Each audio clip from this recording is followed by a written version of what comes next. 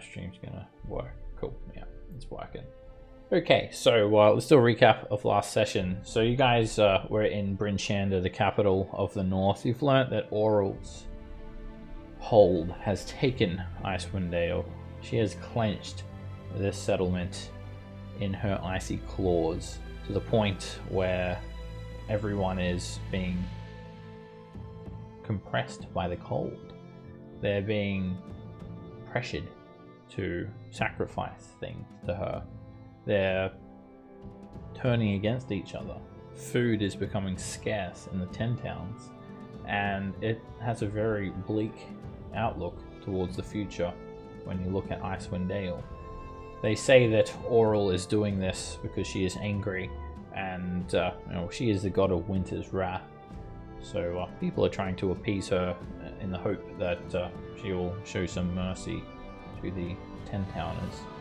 Upon meeting up at Bryn Shander, you guys had spent a bit of time at the popular haunt for adventurers there, and some rumors were sowed and some quests were gained. Let's just recap those quests. So there's a killer on the loose, as you guys know. It's not a murder mystery by any means. You know who the killer is. It's just that the killer is hard to find. One Cephik Caltro seems to move around between the different 10 towns, working as a bodyguard for Torgs, a traveling merchant company who also doesn't have the cleanest reputation here. So you're on the hunt, you're looking out for this Cephik Caltro, and you've been offered 100 gold pieces if you can bring him to justice. There's some iron ingots missing. Ingots that belong to Clan Battlehammer. They are about halfway between Kelvin's Cairn and Bryn Shander. The group of dwarves that hail from the Dwarven Valley that were transporting the ingots to Bryn Shander are attacked by some Yeti. One of their poor fellows had their arms and legs ripped off by a Yeti, and the rest of them fled to Bryn Shander. They're looking for people to try and retrieve the ingots. There's a very interested researcher interested in Twingers, these little tiny elemental spirits that supposedly hang around the 10 towns, and Danica would like you guys to try and befriend one or capture one without harming it and bring her one. She's offered a bit of a reward there too.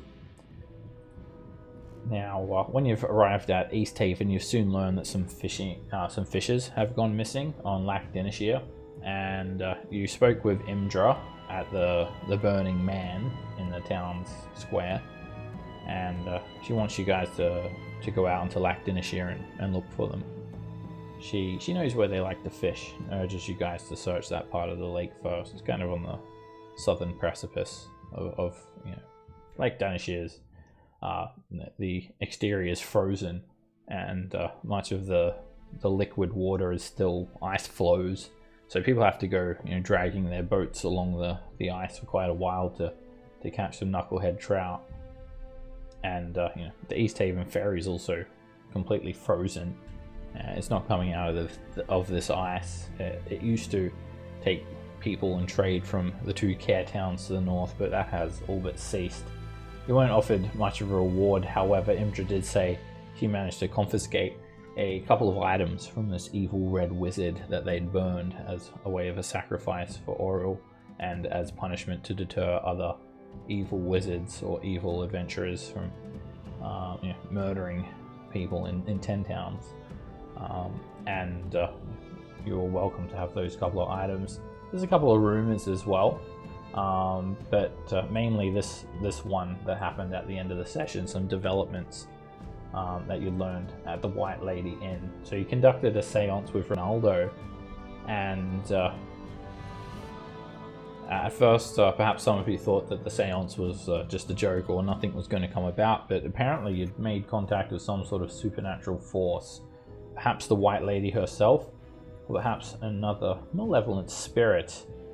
It was able to be reasoned with after a bit of an aggressive outburst, and it shared some information by possessing Ronaldo and using his voice to communicate with you, using his body as a conduit.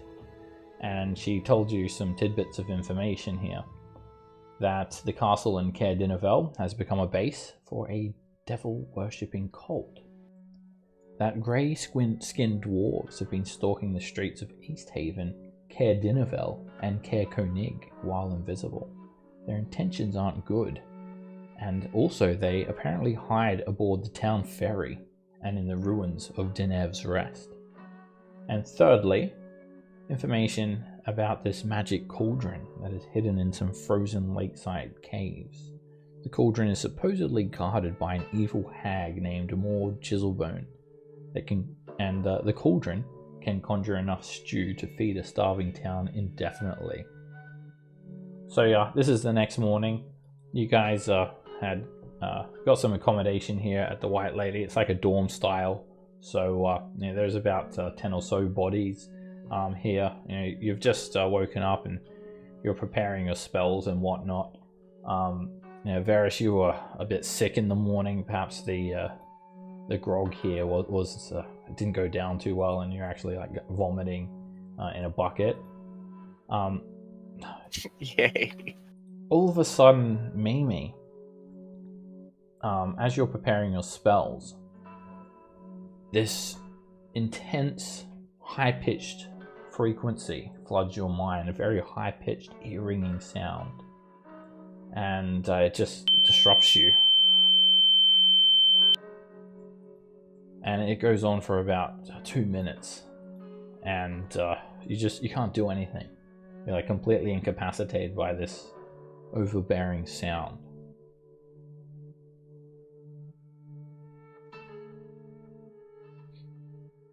So you guys are, you're just in the room. You've just woken up, and it's pretty quiet. It's freezing cold. You can hear Varys throwing up in the next room, and most of the other people that are staying here are just still in bed, just kind of rolled over in their bedrolls. So, what would you guys like to do today? You got over that ear ringing sound, Mimi, but what do you think it's from? So Mimi's probably repositioning the pot on her head and like trying to make sure it's securely down. And looking around wildly, thinking somebody's trying to get into her head. Yes, perhaps the pot on your head was not secured enough. Anyway, it's it disrupts you for a couple of minutes, but it's no big deal. You're not in some sort of agonizing pain where it really attracts the attention of anyone else. It's just you just left in a mild stupor. You'll notice that Winston is gone. He's not here when you guys have woken up. He must have got up before you all, and he's off somewhere.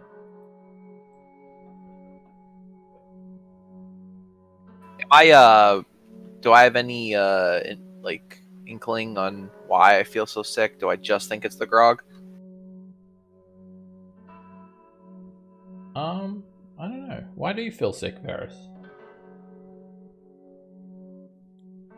I mean, could be just my old age catching up to me. I don't know. Yes. Moander didn't like the curse that I gave him at the beginning of last session when I took a dump in his name. Perhaps getting back at me. You're being punished by the gods. Perhaps you got a bad batch of ale. Yeah, I think Varys would definitely think that he's being punished by the gods, basically, when anything bad is ever happening to him. Could just be a stomach bug.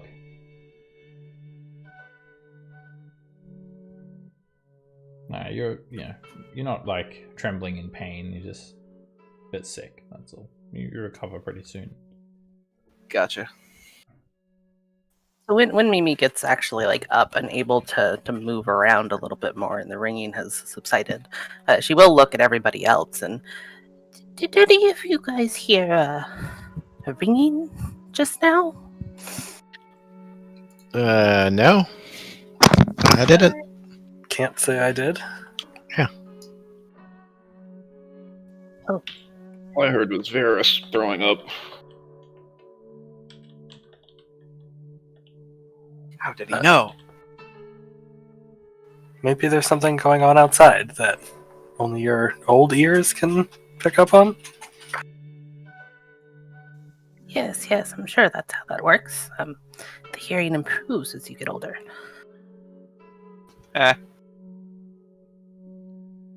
One of the 10 towners grumbles at you all. Oh, keep it down, I'm trying to sleep.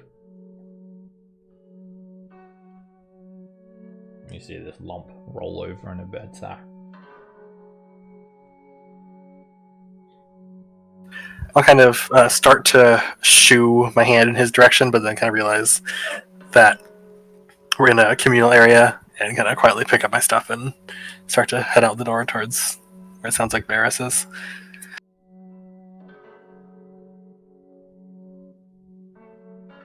Alright, if you step out into the tap room, there's no one here. You can hear some sound from down in the dining area, some footsteps. Floorboards creak a little bit. The smell is not very pleasant either. Strong smell of stale ale, and it kind of mixes in with the already musty smell of the old wood in this place. The cold, it dulls your senses a little bit. Your senses smell, so it's kind of almost welcoming, but it is freezing in here. You guys are you get on your cold weather clothing as soon as possible. Grab your coat, bundle yourselves up. I'll make a quick prayer to Taiki to be with me as I gather my things and move out into the common room in anticipation of our 10 a.m. meeting at the docks.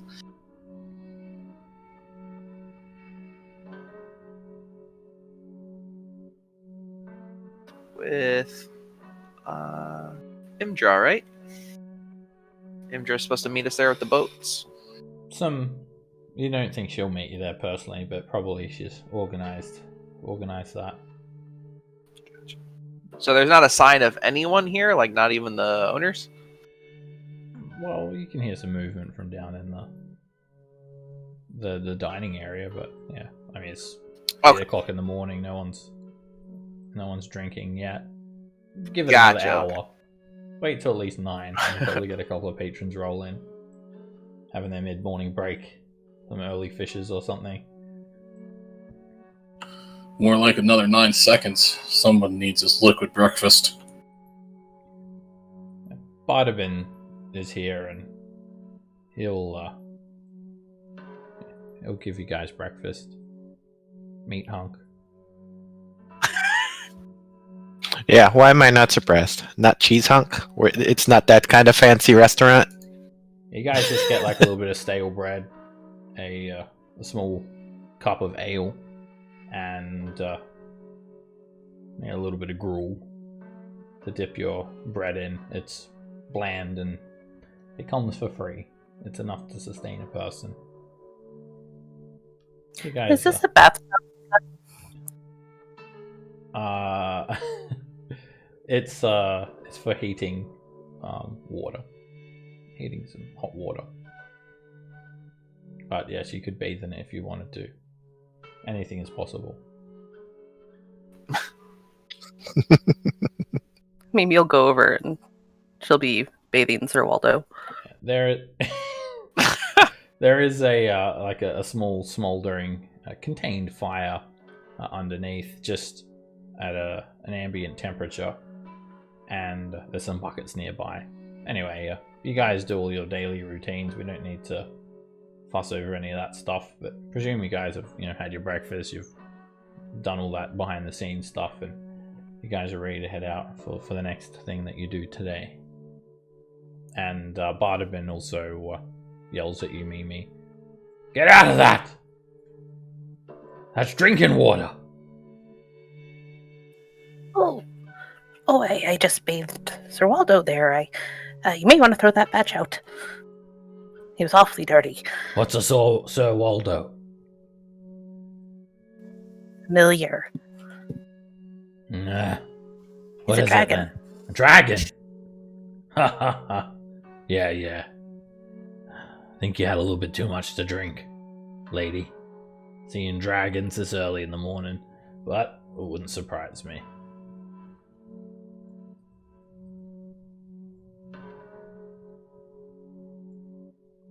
Vardaman's just cleaning up the place.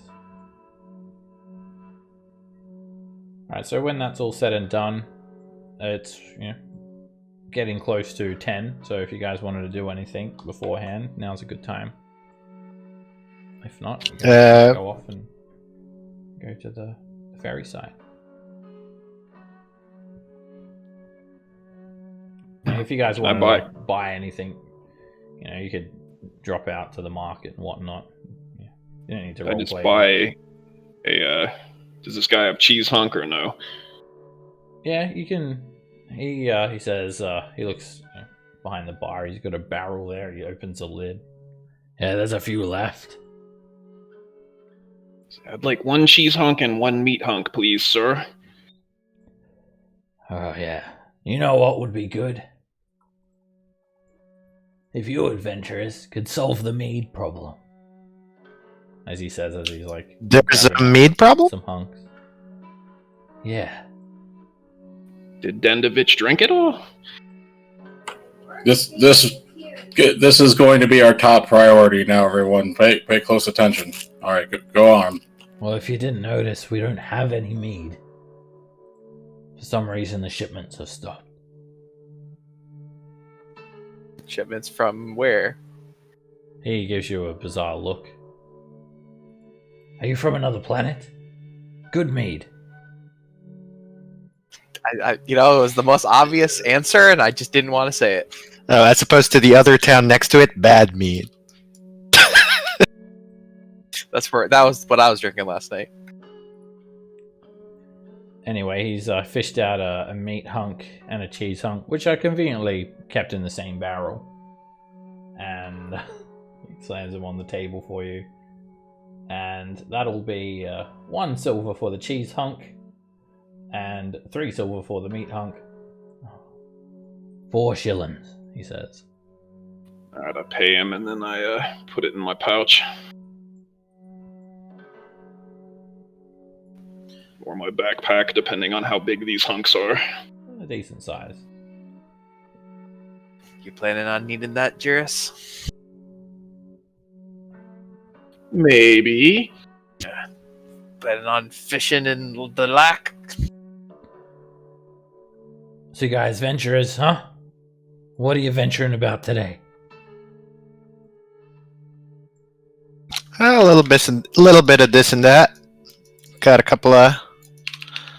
Like this mead thing, I think some of us are more invested in finding out about that than others, but we'll get to the bottom of that. I'll warn you, friend. They say a giant took the mead. From what I heard, the town speaker confronted the giant as it came into town in Goodmead. Rumor has it, the giant stole a shipment of it. The speaker, he tried to stand up to the giant, got his head caved in. Oh. Means that was the speaker of Goodmead, not Easthaven? Yeah, Goodmead. Was the speaker known for his prowess in combat? Dunno. Never met the guy. Clearly he didn't talk his way out of it. Couldn't have been that good of a speaker. Supposed to be a bit of a hulk of a man, from what I heard, but didn't last more than 2 seconds. Giant came, crushed his skull in, took the meat. Now, we ain't got none. Neither do any of the other towns. Makes my blood boil just to think that some of them inbreds up north in the care towns are sipping on some sweet mead, while we're here, drinking this piss. I mean, it's good piss, but, it ain't no honey mead. I've got a little bit of a stash, but that's for personal use only. Can already imagine a handful of taverns in 10 towns already dry. Anyway, what can you do? This is all Oral's doing anyway.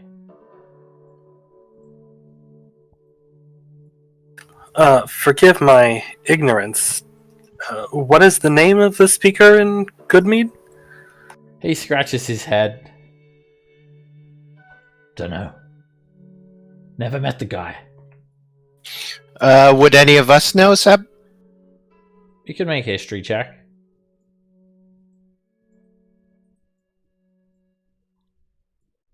A lot of these people just stick to their own towns. They don't mingle, and certain people actually are dead against the other certain towns. They don't necessarily have to be from a particular town to have some ire towards other town speakers. Maybe you can remember the name of the speaker. Kelgrath, you remember as well. I mean, he's dead. You'd heard the same story. It's a guy named Kendrick Reelsbarrow. Dead. Now deceased. The late, much loved, whatever his name was. I ask Bardaban if he knows anything about the 4 missing fishers. Dunno. They go missing all the time. They come here, stock up on ale, head out for the day. There's some mission fishers. Most likely, they drank a little bit too much, fell overboard. I heard that icy water would kill a man within 10 seconds. Oh, yay. Can't wait to go out there. You're going out there? Well, I mean, you may want some ale to keep yourself warm. I could do you guys a gallon for 2 silver.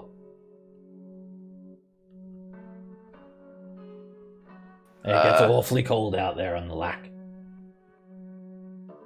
I think it may be a good idea to have a clear mind in order to not fall out of the boat. Just to keep you warm. Would ale actually help? Because I've seen a Mythbusters episode on this. No, it doesn't help.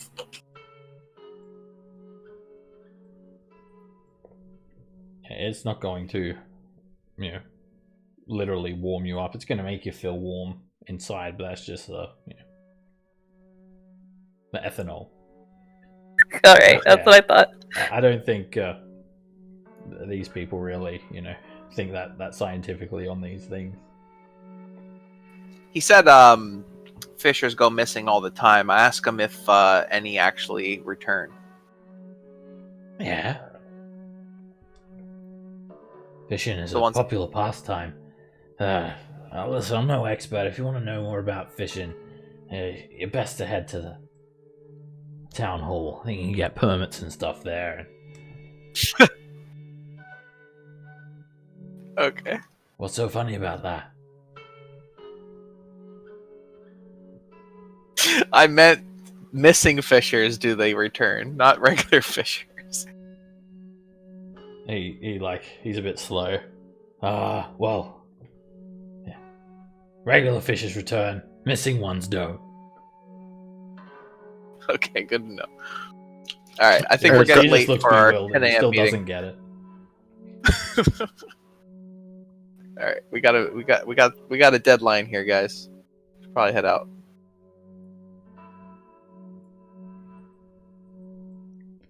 Okay. You guys ready to go? Think so? You're all done Let's do it. bathing? Okay. Alright, let me grab everyone's token. Yeah, Waldo's really clean. Alright, See the white and red through. the sun, it just starts to kind of kiss the horizon, but it never goes above the horizon. You can start to see a little bit of twilight filtering through the many buildings in Easthaven, most of which have steeply pitched roofs, are covered in snow, and everything has a dusting of snow on it. There's frost vapor permeating up of houses. You can see smoke issuing forth from chimneys, and there's not very many people out on the streets. Only people that are out on the streets for necessity. The vast majority of people are bundled up in their homes or inside buildings. You've got the White Lady in here, and Easthaven Ferry is a stone throw. So you just head out, and within 5 minutes, you're there. You're quite close to the location where the Burning Man was burnt, and it looks like they've kept the bonfire going, because it's still going when you guys step on out. There are a number of rowboats laid down, obviously face down on the snow to prevent them becoming giant shovels full of snow. The ferry is completely frozen over. There's just a few people huddled around the bonfire with a mug in their hand, sharing a tale. Most of the fishers, they've gone out several hours ago before day has broken, quote unquote. So you spot a fisher. He's standing around near a bunch of boats, a bunch of rowboats, and he's just sitting down, looking out at the frozen dock, just shaking his head in disappointment. So all of this water here is frozen? Yes, it's frozen for at least a mile. Okay, so when the fishers go out, they're just like dragging a boat for a mile? Yeah, drag along the ice or along the coastline. Alright. And where did Imdra want us to meet for the boat exactly? Here, where you guys are. Okay. Well, I guess we could ask that fisher if he knows about our boats. As I nudge along the party. I'm not the face man.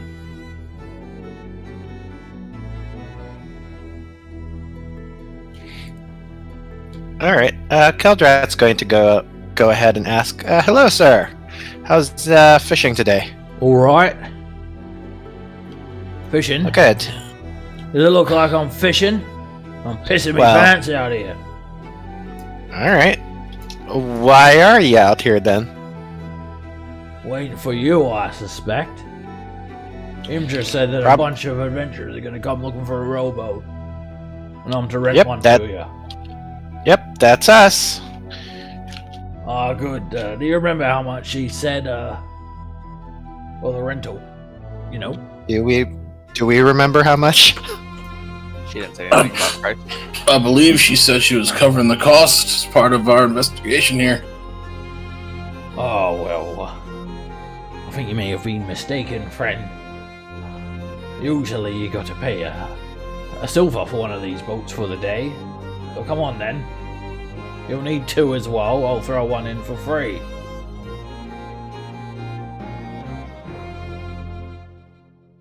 Well, I mean, we are rescuing people on what's her name's behalf, so maybe cut us a deal. Make a persuasion check, Kelgrath. You just see this guy's eyes, he's completely covered in wool and cold weather clothing. Oops. Well, that's a waste of a double crit.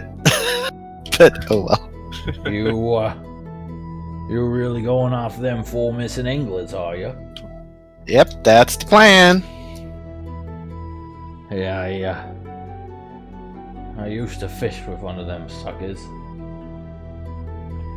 Friend of mine. Dwarf. Beard. As thick as a mulberry bush. We had many good days. 20 years we'd known each other. Used to be a lot easier to get out on the lake. Now we've got to trudge through this ice and snow and God knows what other shit. But there's still plenty of knucklehead trout out there for anyone game enough. Hardly even worth the effort. I guess you gotta feed your stomach somehow. You ever been fishing, boy? Have I? I'll say yes. Probably. Yeah, it's part of surviving out here in Icewind Dale, right? You gotta be able to fend for yourself. You don't look like much of an angler. Where's your fishing rod then? I had to left my tribe behind, but I'd like to do it again. Listen, these boats, renting these ones out, that's how we make me living. I've got a family back home. I can't go out in the ice and not come back one day. 4 gold pieces I usually charge, but, you know, Imja, town guard, she told me to give them to you for free. Listen, while you're out there, you reckon you could try a spot of fishing? Perhaps bring me back a couple of knucklehead trout instead. Please, I beg you. I ain't got much business and my family hungry. We can try. Like, I'm gonna look at the party to see if anybody else is interested in doing a spot of fishing. I think I'm game. Yes, perhaps after we find the missing fishers. Well, if you're going out there, I was just thinking maybe, you know, kind of two griffins with one stone sort of thing.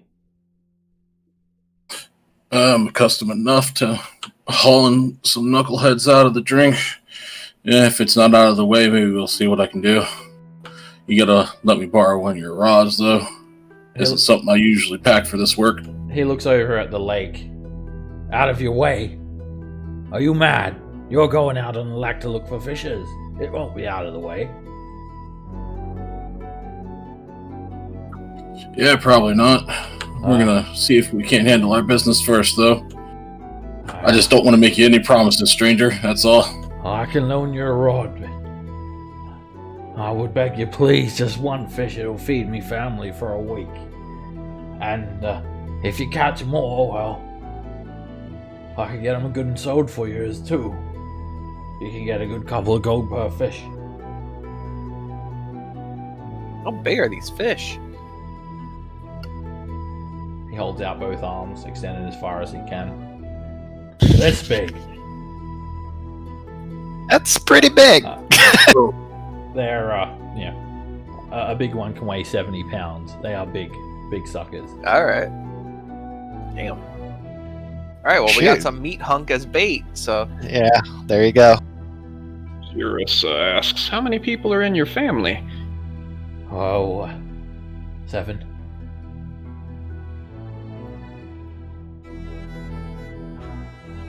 And then Can I offer you some berries in these trying times?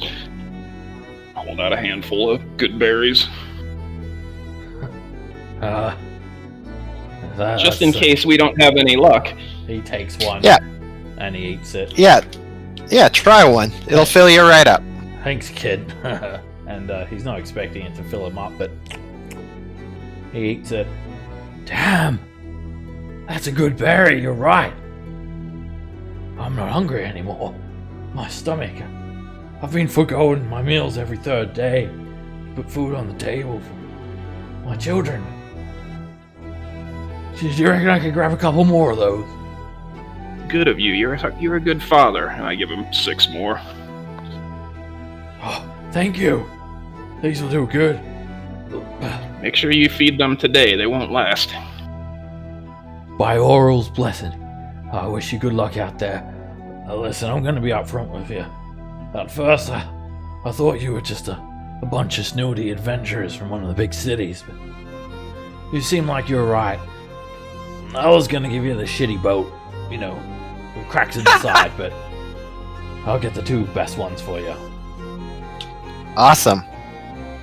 Yay! Boats without holes in them are my favorite. Yeah. And he drags over 2 rowboats for you guys.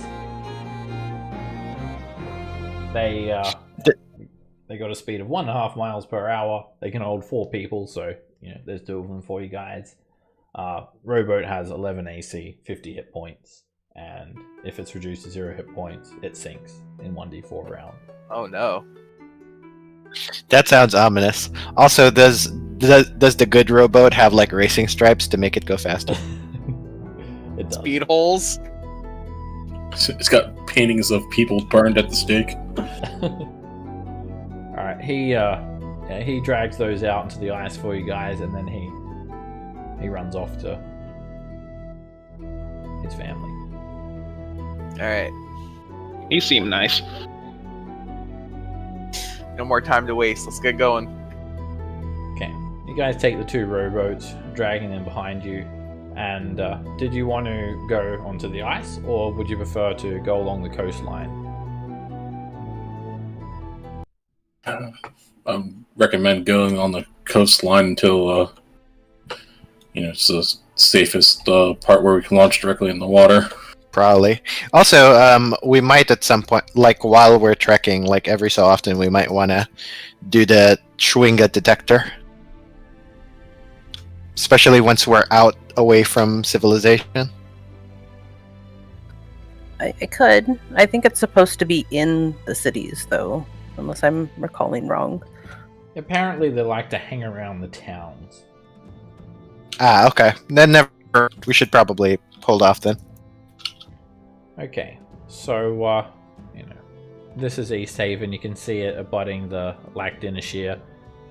This black line dictates the lake, and you can see it all frozen. Any ice flows. The location that the fishers usually fish is slightly, off the beaten track. It's about 2 miles of trek, so it's going to take you guys 2 hours. This is a harsh environment to walk across. So, alright, you guys head along the coastline, and you're still going to have some twilight, provided there's no blizzard or anything like that, for a good couple of hours while you're traversing the coast. Now, you know the location. It's been pointed out to you by the fisher, so you're just going there and investigating the area around where they usually like to go. So you guys travel for 2 hours, and as soon as you get away from Easthaven, like, the cold just intensifies. You guys hug yourselves tight, and the cold weather clothing, it does its best to try and fight off the wind, but the wind just cuts straight through your woolen underlay, straight through your armor, and cuts you straight to the bone. The temperature is about minus 30 degrees Celsius, and you guys will all need to make a saving throw against the extreme cold with advantage. Seb, all of us that had 1 level exhaustion, that is now gone, right, from the rest? Yep, every time you take a long rest, it goes down by 1. Great. I just wanted to make clear that since I am in heavy armor, that I am removing that when I do a long rest. Okay. If you rest in heavy armor, it means that you don't get back as many hit die. That's what that does. Right. I think exhaustion too, though, but It doesn't give you exhaustion, no. It's just Okay. you get, like, usually you'd get 1 hit die back. If you had armor on, you'd get none back. Like, usually get half your level with armor. Gotcha. You get quarter of your level. I thought there was an exhaustion thing, or you don't get exhaustion back. Maybe, I don't know, but yeah, I would presume you take your armor off inside the town. I'll look that up if it's needed. Cool. You guys are all dealing with the cold just fine. It's not bothering anyone tremendously. So, yeah, What, you're saying the cold never bothered us anyway? Okay. much of Lac Dinishir is covered with ice, and you can't imagine anyone coming out this far to fish for knucklehead trout. But sure enough, you see a couple of anglers, very hardy anglers here and there. To wrangle such a catch, you would have had to drag your boat across the ice for 2 hours and then out onto the frozen lake, hoping that you're not going to plunge through the ice, and then wait out here for hours at a time to catch a fish. And that's the sound of the ale's actually not looking too bad at this stage. Anyway, everyone make a perception check now that you're out here to scan the coastline. God damn it.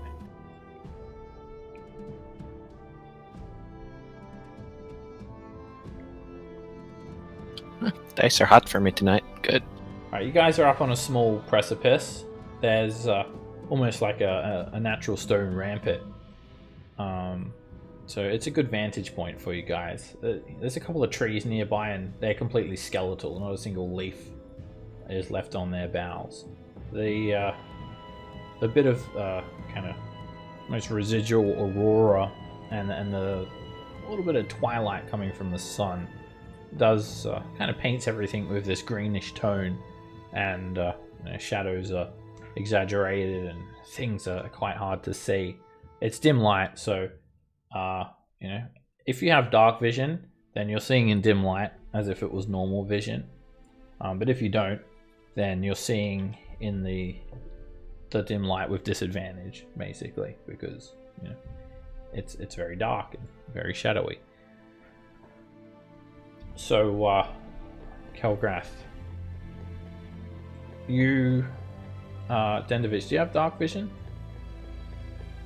No. Alright, you'll need to roll for disadvantage. Your lantern Sure. light can only reach so far. Okay. Ash and Kelgrath. You guys are the only ones that spot something. It's a rowboat bobbing untethered in the water amid some small ice floes, and it's really not that far out. It's literally like 100 feet out on the ice. Yep. I'll point it out to everybody. Hey guys, boat. As he points it out, I'll kind of nod. Yeah, boat. Yep. It seems to be kind of stuck in the ice, and there's a good amount of ice and snow built up on it. It's actually very close to some 80-foot high cliffs that abut the shoreline. And you can see the mouths of 4 caves dotting the snowy cliffside over near the boat.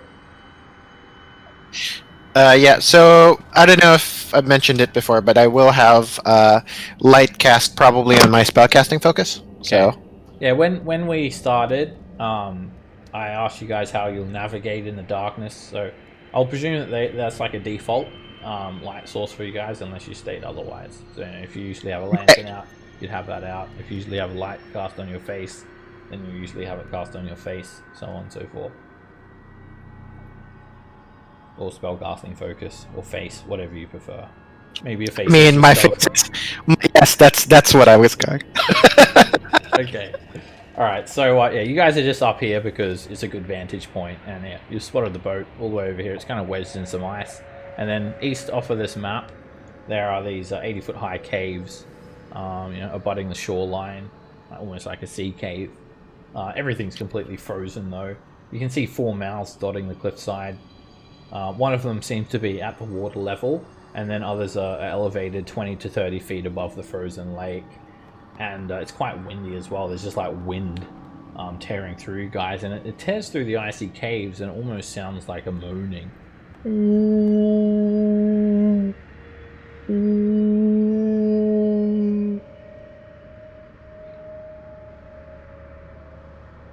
So, to be clear, we're still dragging the boats? Yep, you've got 2 rowboats, but it appears that, well, you don't really need them. There's 2 boats for you guys. Non-frozen version. Okay, so this is frozen water, or Yep. is it? Oh yeah. Okay. You're on the edge, and it's frozen for about a mile. Out Oh, wow. into the lake. Okay.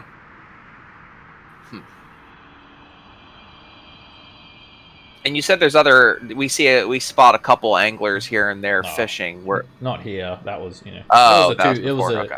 yeah, you're 2 miles from Not up. Easthaven now, so Oh, okay. on the way over. But this is, their supposed secret fishing spot.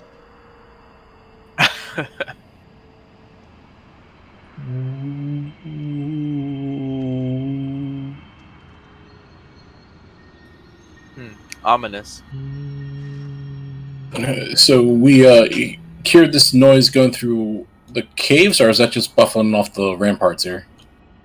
The caves. They sound like they're moaning. So someone pointed out that there's an empty rowboat and we can hear some caves. It might make sense if we check out those caves. Maybe some wounded fishermen may manage to make their way into them. Yeah, just from our vantage point, I assume the rowboats look pretty empty, right? You can see some stuff in them, but there's no people in there.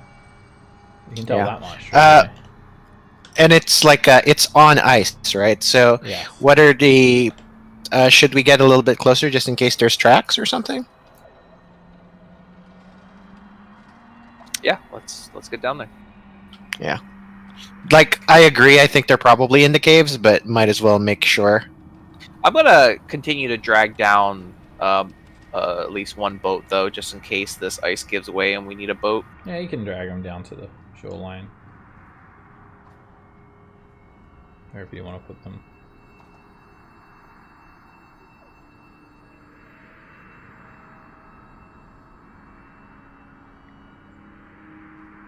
As we're traversing down here, Jirus wants to keep an eye out for signs of any wildlife. Make a perception check to look for wildlife.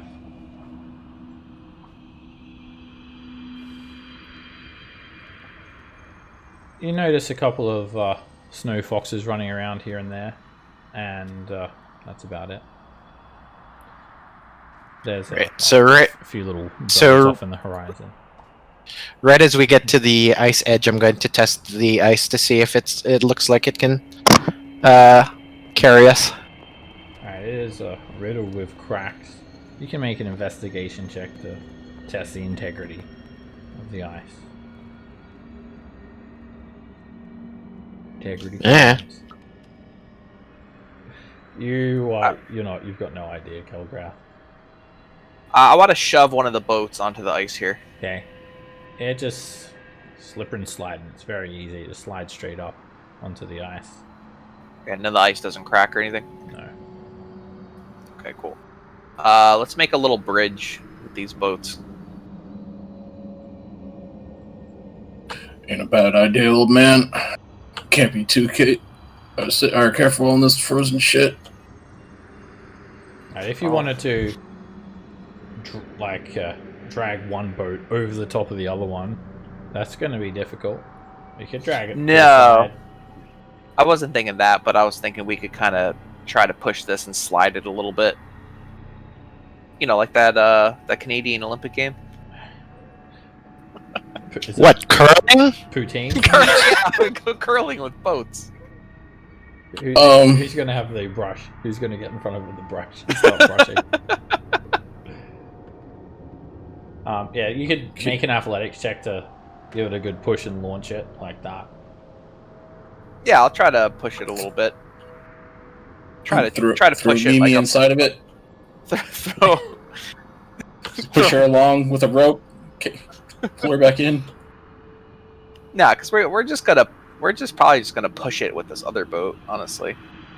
But I'll try just sliding it across the ice a bit. Alright, give us an athletics check to give it a good yeet. Alright, you push it, and how far are you going for? About like 20 feet? Yeah, like at the midway point. Alright, you push it forward, and it slides along the ice pretty well, and it kind of chisels the ice out slightly. You can see a little bit of kind of slush forming at the bottom of it, and slides straight across. You get it 25 feet before it comes to a stop. Great, I would like to now slide this boat to here. Okay, you can just push that one up without any ability check. Alright, 2/3 of the way there. Should we check out the boat first?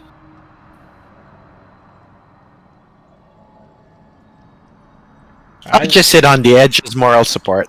As you climb on top, it's a little bit wonky. It is a boat, and it's not in the water, so they are designed to be more buoyant in the water, but it's kind of tipping from side to side as you're climbing over there, Dendovich. So make an acrobatics check.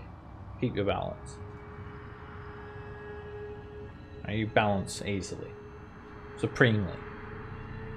You don't even have like your hands out or anything. You're just walking normal, like you're just strolling down the street. What a badass. Sobering it up. 2 hours in the cold will do that to you. What do you see, Dendovich? I see if I can see anything from here. You take a little look-see up into the rowboat itself, and yeah, there's definitely no people in here. You can see some oars, 4 of them. It looks like some fishing tackle and a few bottles lying in it. And make a perception check as well, Dendovich. Disadvantage.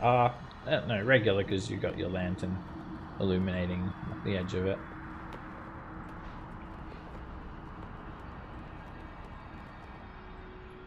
Nailed it. You're having trouble seeing a bit further beyond that. Lantern lights get all rocky on this boat. Alright, let's get this shit over with. Now, all of a I'm sudden, gonna go ahead Dendovich, Oh. before anything else happens, there's this song. It seems to be coming from the cliffs. It is so beautiful. It sounds like a maiden.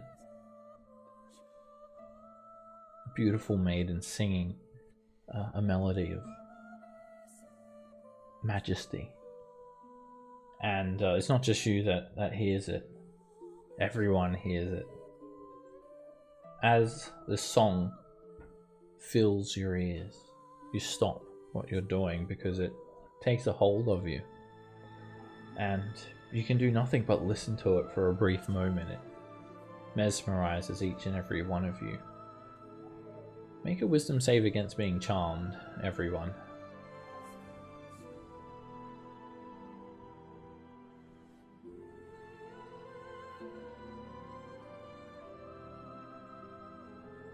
Dendovich, you become charmed. And Ash, you also become charmed. Everyone else is not allured by the song in the same way. You'll see Ash's eyes start to glaze over as he looks up towards the cliffs.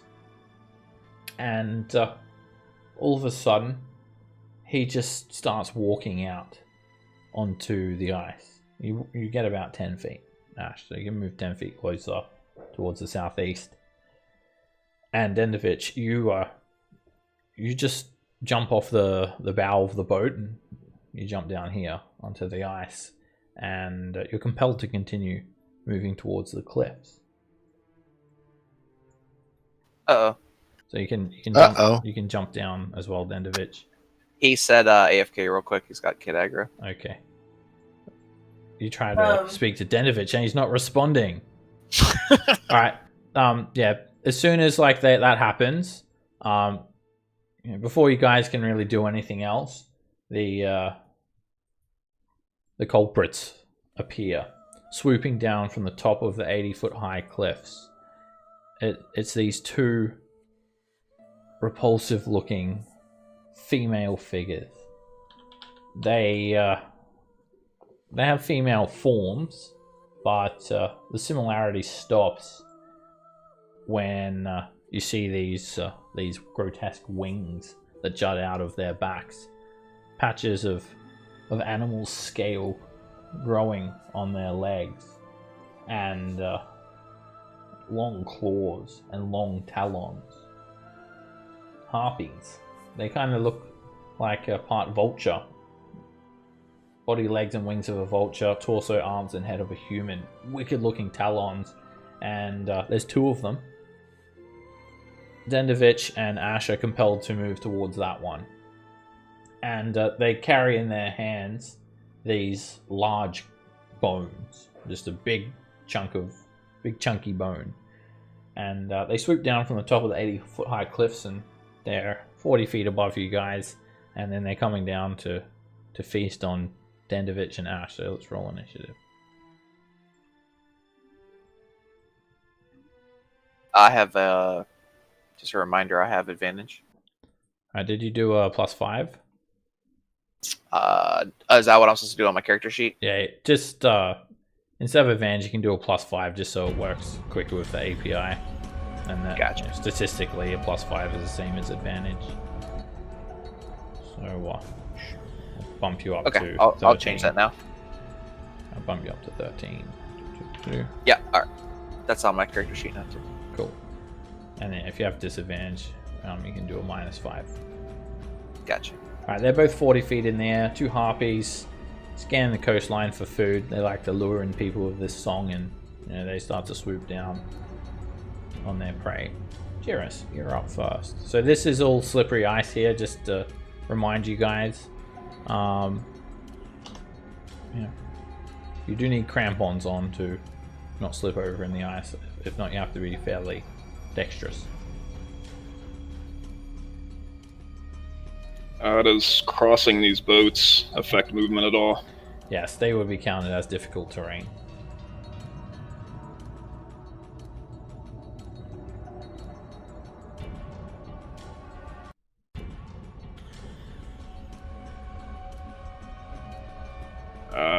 I'm gonna dash. As you cross from one boat to the other, Jiris, you'll need to make an acrobatics check. Roll20 just crashed on me.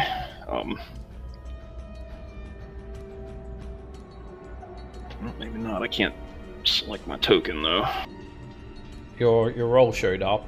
You got a 13. That's enough to balance. On Yeah, the if you can move me down 15 feet and my turn, I'll Okay. reload real quick. All right, jump forward from the bow of one boat to the stern of the other rowboat.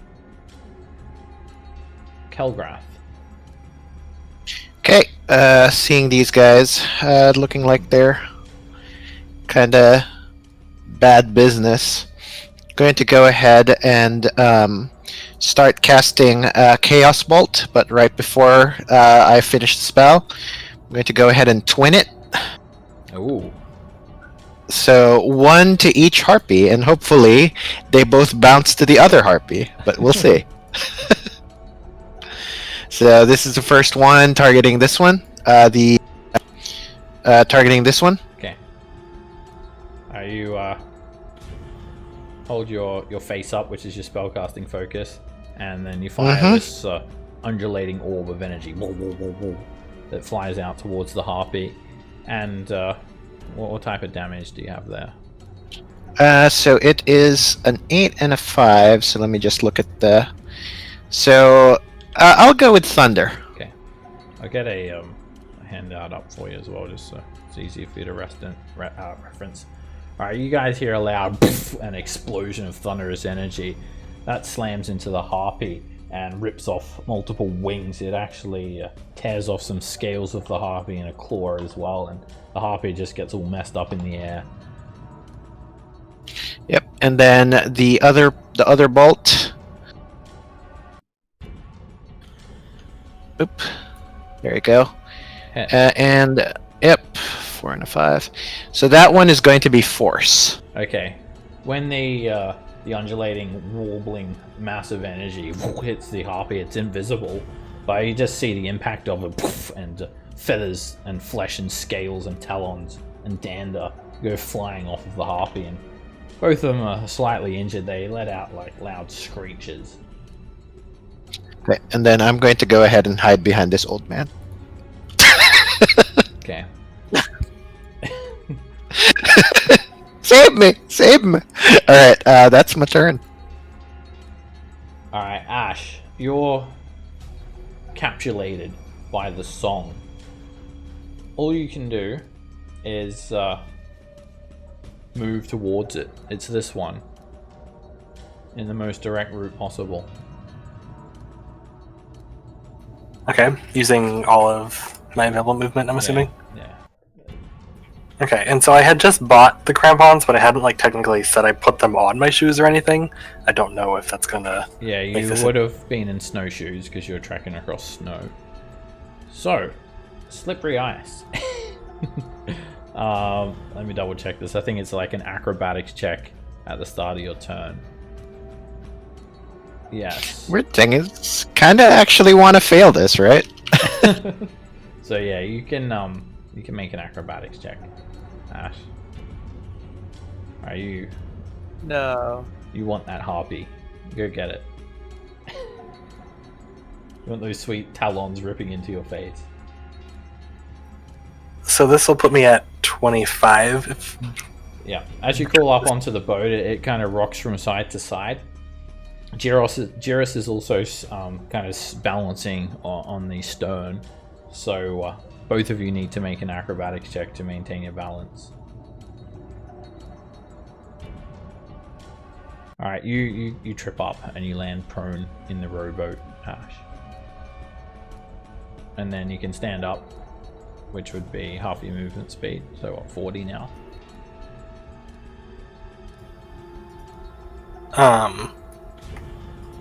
25 plus 15. Oh, because I have to dash, I see. 40, yeah. Yeah, you have to dash if possible. No, that makes sense. Yeah, I was going to ask that next. Okay, this is 50, 55.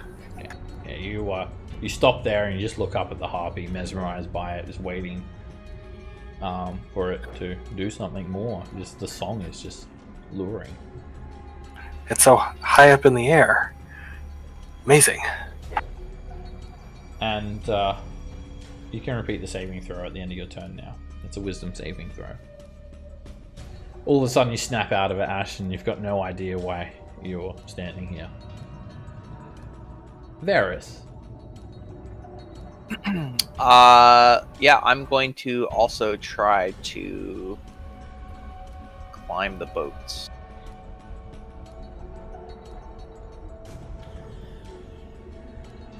It's difficult terrain, and you can make an acrobatics check to climb up, Varys. It's wonking a little bit.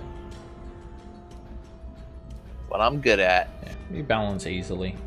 No problem. Alright, now that I'm there. They're 40 feet in the air still. Yeah. Swooping down from the cliffs above.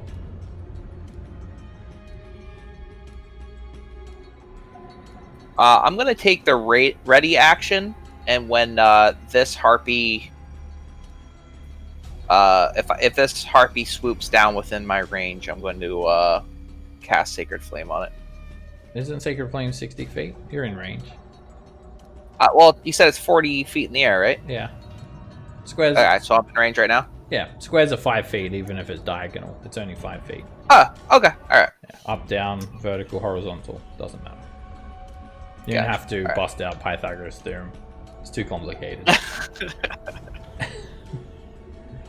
Alright, so there we go. It's basically whatever's like either closest or highest would be the range. Alrighty, a holy fire falls down from above the harpy. It turns its head looking up, and it burns off a single feather. Well, that probably means it's close to dead because the chaos bolt blew off its wings and a claw, right? It is looking pretty messed up. It's got blood streaking down it. Mimi. I'm gonna mutter something under her breath about evil birds, and then roll firebolt at that one right there, I think. Yeah.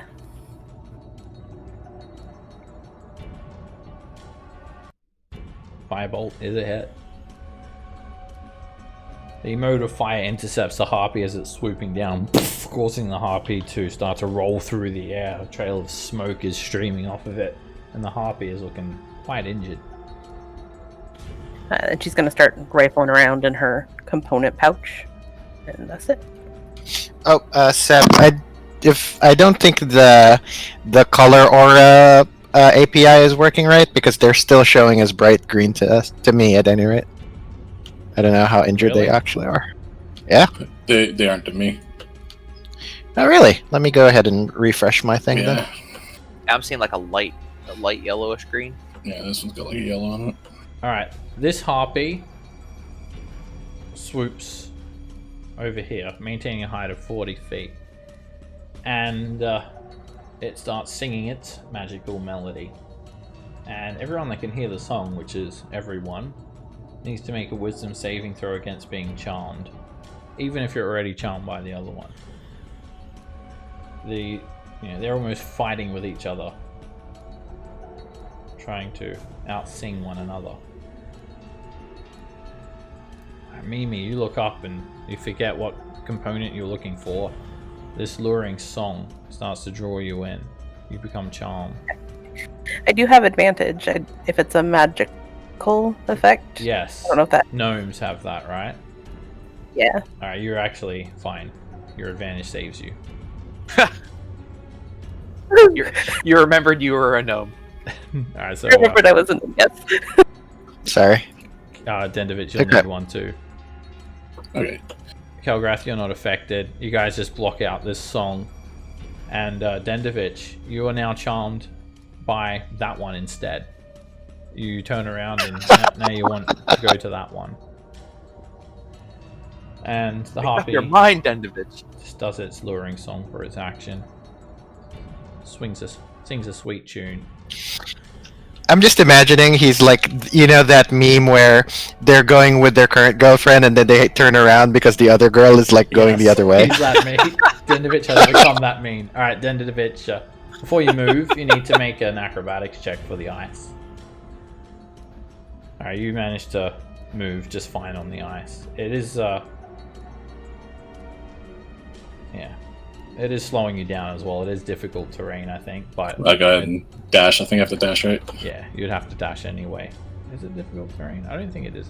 Oh, yes, it is. Slippery ice is difficult terrain. It says it there.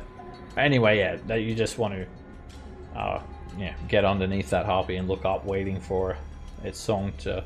Dude, I do some hops. Yeah, just... Wave my arms up. You're just looking up at it, just waiting for it to do something amazing. And you can repeat the wisdom save at the end of your turn. You're still charmed by the harpy. Okay, COT. This harpy stops singing and it just squawks.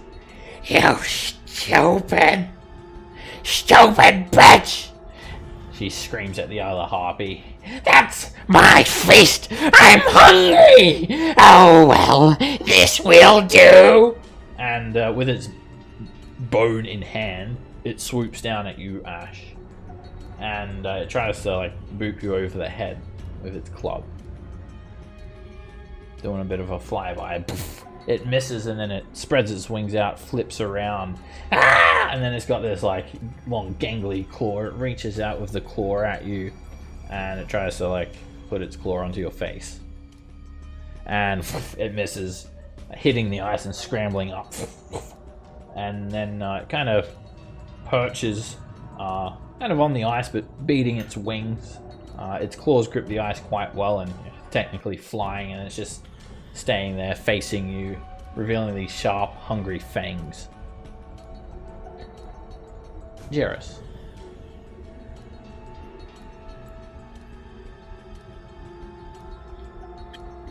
Forward across the boat. And I am going to produce flame and huck it at the harpy attacking Ash. Hit. A ball of fire slams into the harpy, scorching it badly. The harpy screeches at you through a bloodied face. Kelgrath. Okay.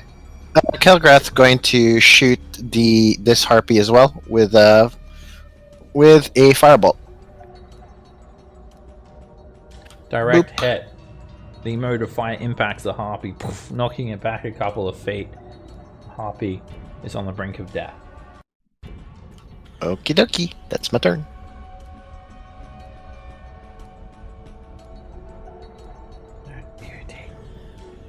Ash. Okay. With the harpy finally coming down into my reach and it not being as beautiful now that it's not way up in the air, let's brandish the warhammer and one hand swing it at the harpy. Hit. The warhammer hits the harpy on the side of the head. You hear a sickening crack. The harpy's body hits the ice, and blood starts to pool onto the ice, freezing into a bloody slush. Ooh, okay. And then, just because eventually we'll need to, let's go ahead and try and move towards the other one. Make an acrobatics check to try and move on the ice. It's a little bit slippery, but you're fine. It's difficult terrain. That should be 30 feet. Ferris. Everyone see that link? It didn't show up in the chat. It didn't show up in the chat? I mean, the link did, but I the saw image it. didn't. I think there is a way to post it into the chat. Alright, you're up, Varus. I will Sacred Flame that harpy. My thing crashed, so I gotta get up my character sheet again. Shoot a Sacred Flame at it. A holy fire falls down on the harpy, and the harpy beats its wings once and strafes to the side.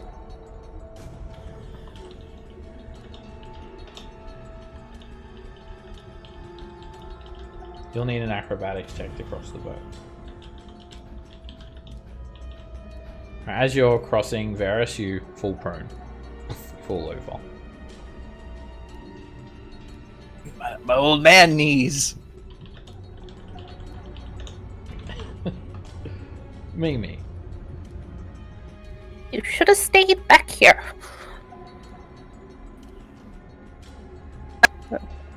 She'll pause from rifling around in her component pouch to toss a firebolt at the other harpy. Damn pigeons. Well, Mimi would like pigeons. Feed them. Pet. A pigeon lady from Home Alone.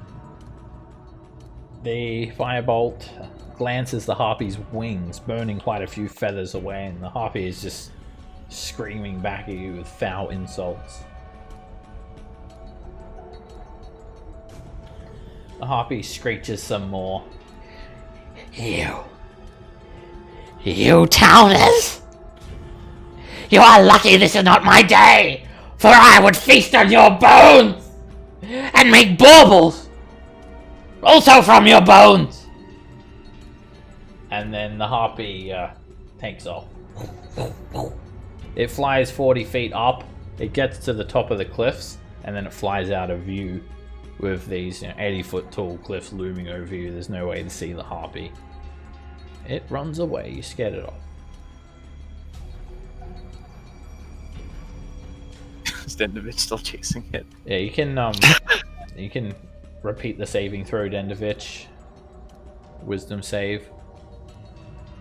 Alright, when you get about that far, you snap out of it.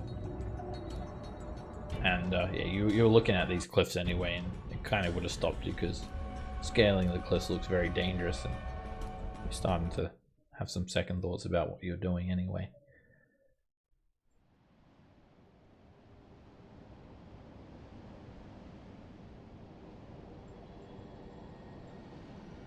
Alright, one dead harpy, another one moving away. Did you say it's snowing right now? It's always snowing a little bit.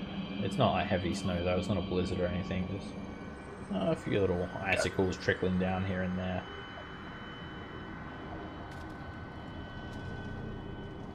Alright, I yell out to Dendovich, you got a better look in the boat now? going to the lake. How'd I get here?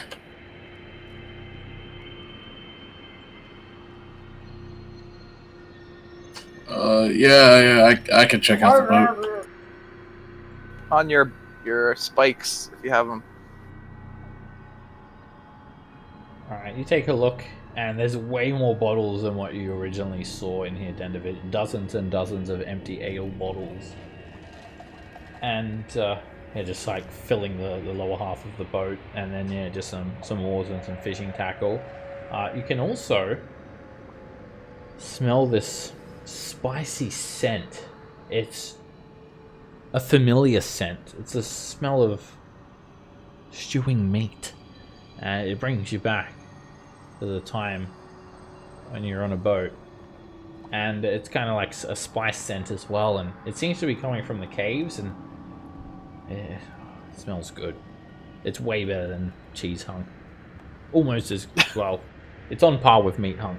That's kind of, depends on preference. Yeah, I can definitely smell this. So I'm gonna go ahead and rifle around the bottles a bit. There's nary a drop in them. Just gonna see if I can find the source of that smell. It's coming from the caves. Oh, it is coming from the caves. Okay, nothing but I thought it was in the boat. You Okay. catch a brief whiff of it, like in this delicious spiced meat scent. Like a nice meat stew. Yeah. One that you remember that aroma. You've eaten something like that before. Yeah, I have a good idea. Meat. So, to be clear, can we get to the caves on the land, or do we have to go on the ice? The caves are basically like here. Okay, so they're in the ice. I can show you guys a map of the caves. Yeah, they're abutting the ice. We'll move on to the cave map. Alright, I will equip my crampons on my shoes. Yeah, I mean, it's gonna ice. same. Yeah, same thing. Okay. Yeah, same. Everybody's gonna do it. Okay, given the opportunity, I would imagine you guys always equip the most appropriate things needed. Alright, so that's about right. Okay, so let me get a bit of twilight happening here as well. Alright, so this is the frozen shore. The boat's about where Dendovich is. And then you can see these cave mouths. So one of them is at water level down here. And then others are elevated 20 to 30 feet above the frozen lake. This one's 20 feet. And the other two, over in this direction, are both 30 feet up. So this is like the cliffside. This is all frozen ice. This is a river, which is also frozen. And you can't really see up on the cliffs, but everything is sheathed in ice. And then there is this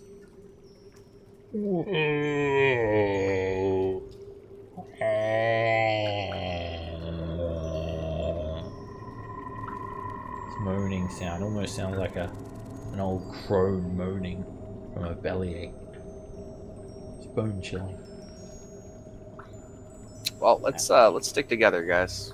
Let's group up. Yeah. Is that itself a different sound than the wind howling before? It's the same. It just sounds a little bit different because you're closer. And as you hold out your lantern, Dendovich, you can see the flame struggling to stay alit even behind its glass panes. Well, it doesn't go out, but it's flickering wildly. I have a question. Yeah. Is plugging our ears like a viable thing we could do here? If you have something to plug them with. I got cheese hunk. You can put cheese hunk. I don't know what your doctor would have to say about that, but you can put cheese hunk in your ear. That'll cure you from an ear infection later, aren't I? People are quite hungry in 10 towns as well, so you might save it for later too. I'm gonna carve out 2 chunks of cheese earplugs then, and plug my ears and ask if anybody else wants any, and offer it to them with that dumb grin on my face. Okay, if you plug it up enough to be deafened, then no, you won't be able to hear anyone's response. I'll shake my head no at Jairus' offer. Yeah. Yeah, no. Before I move away and kind of move towards Dendovich, can I try and take a look at the harpy corpse and see if there's anything that it was holding on to? She is effectively naked. You're surprised that she can subsist in the cold like this. She must be kind of native to the environment, obviously. And, a naked female form with vulture aspects and a gnawed-on large bone. It's a very large bone. It looks like it was from some sort of giant-sized creature, like maybe a dire wolf or something. No Apparently- valuables on her. Gotcha. I'll make some comment about apparently a better wild wilderness survivor than I am. Add those cheese earplugs to your inventory as well, Jared, if you want. Optional. It's quite dark in these cave mouths. The twilight doesn't really hit at a good angle, so a darkened Are these cliffs? You said this one's 20 feet to the cave opening. Is that traversable at all, or does it look like pretty steep? It's pretty much dead vertical, but there's lots of handholds and footholds. It's climbable. Alright. I'm gonna ask everyone to gather around as I explain that I can grant us the eyes of the night, the blessing of Selune. I mutter a prayer to her and would like to extend my dark vision to everyone in the party. Okay. That gives everyone 300 foot of dark vision for 1 hour. Feel free to put out those lights. I will put out the light. Okay. Keep in Yep. mind Throw it in the backpack. you are making all perception checks with disadvantage without a light source. Well, ones that rely on sight at least. Because you're only seeing in black and white and in dark shades of shadowness. I mean, are we trying to be like stealthy or? Because I would still like to keep my light out, but if we're trying to be sneaky, then Oh, I guess I can only do it to 3 creatures. Oh, Looks like wisdom modifier. okay. Yes. So you. Sorry. 3 3 others. Yeah, 3 others. So who are the humans here? Dendovich, Kelgrath is a human. Jairus too. Jairus, Mimi, and Ash can see in the dark. Yeah, I'm good. Okay. Awesome. All right, so I'll do Kelgrath, Jairus, and Dendovich. Sorry. Alright. And did anyone want a light source still? You wanted a light on your face still, Kilgrath? I did want to ask, are we trying to be stealthy? Because if we are, then I'll hide my spell focus / face, but if we're not, I would still like to keep my light out. That's probably a good idea, I would say. I mean, one got away. I'm pretty sure they're gonna know we're coming now, right? That's what I was thinking. We don't know what else is in these, though. That thing flew above, not Yeah. inside. Yeah, she's on top. Okay, I'll hide my face. I mean spell Okay, focus. You I mean stir your face. face, and Yeah. you die because you didn't have a face. I can't breathe. I have no face. All right. Okay. So yeah, you guys just see you guys that are getting this blessing of the eyes of the night just see almost like a moonlight just shining down upon everything, illuminating it for 300 feet, as far as you can see. Mimi's gonna cast Mage Armor on herself. Okay. It's good for an entire adventuring day, and get the Mage Armor icon. It's this one. And it's gonna be a bunch of spectral pots and pans. Tiny, shield her body. Okay, yeah, that's gonna take you until nighttime, that Mage Armor. You guys see all the pots and pans flying around me. Not chickens. Not yet. No Or chickens. pigeons. Pigeons will be good. Haven't done magic missile yet. We'll see. Alright, so shall we venture forth? In the short time that you guys have been here as well, you're already like starting to freeze. There's ice everywhere. As you move into the river mouth, there's ice covering every wall, the ceilings. The floor is frozen ice or frozen water, also known as ice, and it's quite a high tunnel as well. 30-foot high ceiling. It's about 20-25 feet high. It just looks like a natural cave, like a fissure has split this little hill lock open. This little icy stalactites dangling down from the ceiling.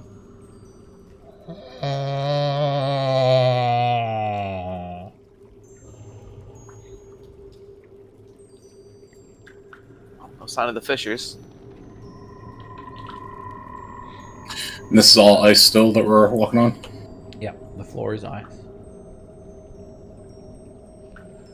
As long as it's not, Everyone try as to long stay as it's not lava. Please, everyone stay tight formation. What? Staying in tight formation is your favorite thing.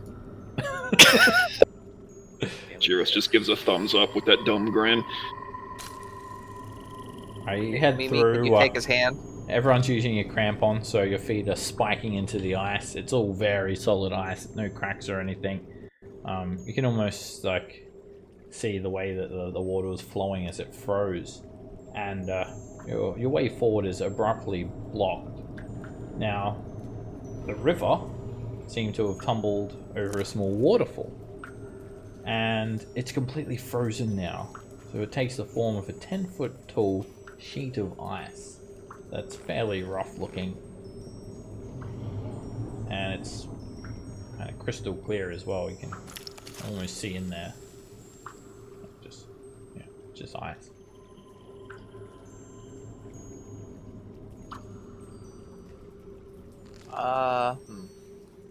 So it's like a sheer 10 feet. Yeah, it's relatively sheer. I mean, you could almost say that it's stepped with the way the water's flowing. It's frozen.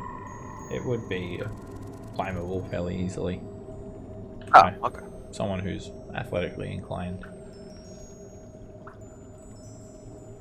Alright, let's walk up to it.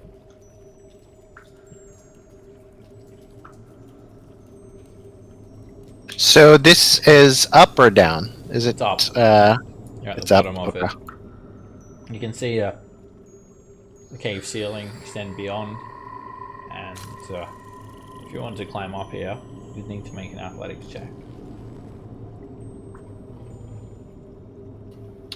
Yeah, I think Varys will attempt to climb it. I would like to as well. Can Gear I over help? it. Can I help people in any way? Yeah, you could give people the help action by boosting them up. Alright, Varys, you climb up easily just using the ice as basically a ladder. And you can see up here now the frozen lake continues on. There's a cave off to your right. And you wanted to climb next, Ash? Yeah. Okay. Jirus can boost you up and give you the help action. Yeah, you're straight Yeah, up and there. I'll help them up too, since I'm up top. Okay. Yeah, with two people helping, it's very easy to get up. Just pretty much boost, like lift Ash up. Ash is not even using his arms and legs; he's just letting you guys carry him up there. Yeah, if Dendovich could get some help up, I'd like to climb as well. I think Jirus is helping everyone. Help anyone that needs it. Yeah, I'll try to climb with help. All right, who's Dendovich? Oh, okay, Kelgrath beats Dendovich. Jirus holds out his hands, and Kelgrath pushes forward and boosts up on Jirus. Kelgrath, you get up. Dendovich, you climb up. You didn't even really need the help. And you kind of use Jirus as a stepping stone. You're up there too, Kelgrath. No problem. Pretty easy to climb. Maybe I'll make an attempt now. Alright, Jirus is helping you, so you have advantage. And let this old lady go. She just... she beats Kelgrath up there. Puts Kelgrath to shame. She just I'm secretly holding on to Dendivich's leg. I'll reach down a hand and try to grab Jirus to lift him up. It is extremely slippery, Varus. You'll need an acrobatics check to do that, because you're basically going to have to be down on your hands and knees. Oh, no. You'll be near the edge. You'll be prone. Yeah, sure, why not? Okay. Alright, you get up to the edge and lean over. Extend your arm for Jirus. Jirus is tall enough to reach up, and you can give him a hand up. You can have advantage, Jirus. Jirus, as you I'm not helping. this is not going to be your favorite thing. The ice underfoot is very thin, and it's very easily broken. You cause the ice to crack, and you fall. Varus is within reach, so he can make a dexterity save. DC 15. He would be here to try and grab onto you. Oh no. Or tighten his grip before you slip out of his hand. Holy crap. You Nice. managed to grab onto his arm before he falls. Which, a little bit of a fall, could have hurt. But the a large section of the waterfall's all kind of broken down now. About here. And the rest of the ice just kind of shatters quite quickly. And as you're dangling over the edge, Jirus, there's you've basically brung down the entire ice wall. There's a nice crack in it. And it's all jagged ice now. It's kind of fallen down. It would be much more difficult to climb. But there's something moving around there. The way the water is undulating, it's unnatural, and icy water sprays all over you. You become soaked.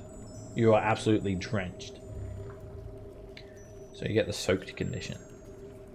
But there's something in there. There's something in the water trapped behind the ice waterfall. It's a water weird. And you can't directly see it. You're only aware of its presence because of the way it's moving in the water, but it is effectively invisible. It's like an elemental, water elemental, a weird one. And you actually see a tendril of water reach out to grab you. So let's roll initiative.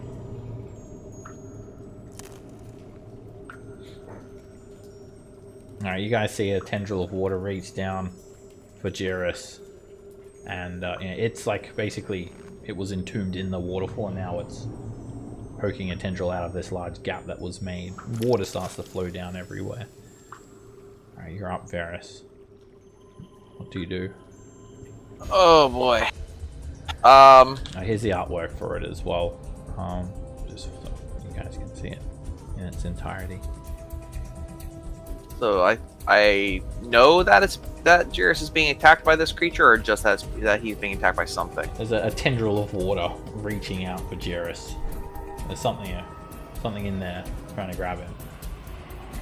Gotcha. Like a serpentine shape.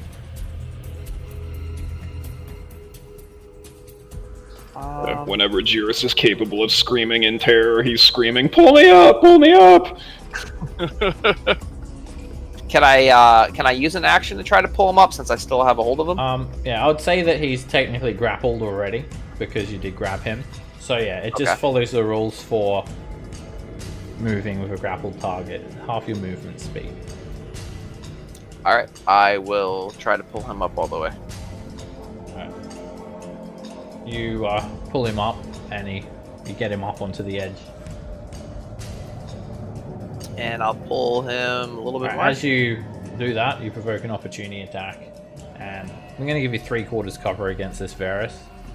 but Alright. it reaches out with a long tendril of water, and it has advantage because it's invisible. Your AC is +5 to this attack. It misses you. It flies by you and flicks back into the side of the waterfall. You go with him, Jairus. And then I think I can move one more time. It's difficult terrain, so I think 1 square is 15 feet for you. So 2 squares you would. Oh, okay. Alright, and I'll end my turn there. Every square costs you 15. Ash. Okay. With my warhammer, can I try and swing out at the water tentacle that I see reaching up at Varus? Yes. It has half cover. And you have disadvantage because it's invisible. Hey, a chance to hit is a chance to hit. And you hit the top of the waterfall. Ching! Chip off a bit of ice. Miss. Okay. That's it. Dendovich. This thing is, I'm in this creature's reach. It's not like 10 feet below me or anything like that. It's right next to me. It's the size of the waterfall. Technically, yes. It's within 5 feet of you. Okay, so I'm going to go ahead and disengage then. It already used its reaction attacking Varus. Oh, that's a good point. So I will just move. As this is happening, it's focusing on him, giving you an opportunity to escape its reach. Okay. Do I have a shot at it for a ring shot? Very difficult one. 3/4 cover, disadvantage.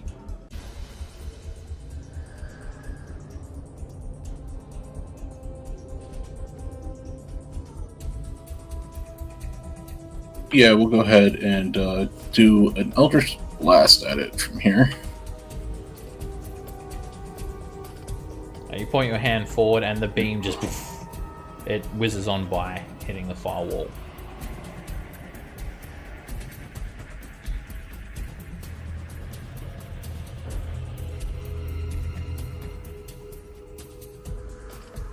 Alright, it wants Jairus.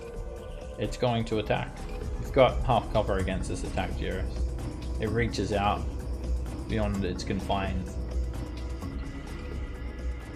And whoosh, it misses you. This thing is, when it swipes, it has a lot of force. Like, you could just feel this breaking you apart if it hit you, Jairus. Like one attack. The force coming off this thing is scary. Jairus. Jairus gonna yell, "Get off the ice! It's unstable!" And I'm gonna disengage.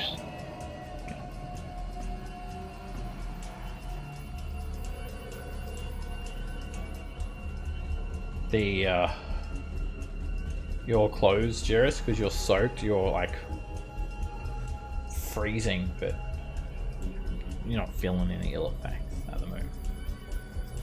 Mimi.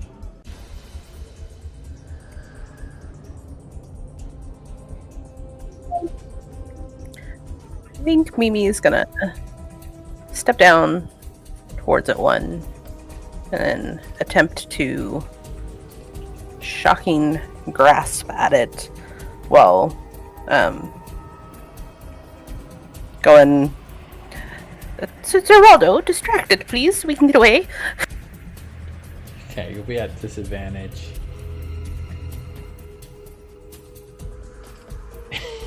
Oh, very, very no. You in your mind you think you're doing that, but in reality you're just kind of standing there talking to Waldo. That fits, yes. And then it's difficult terrain on the ice in general, right? Yeah. That's rounded down if that's not a pretty number for me. Yes.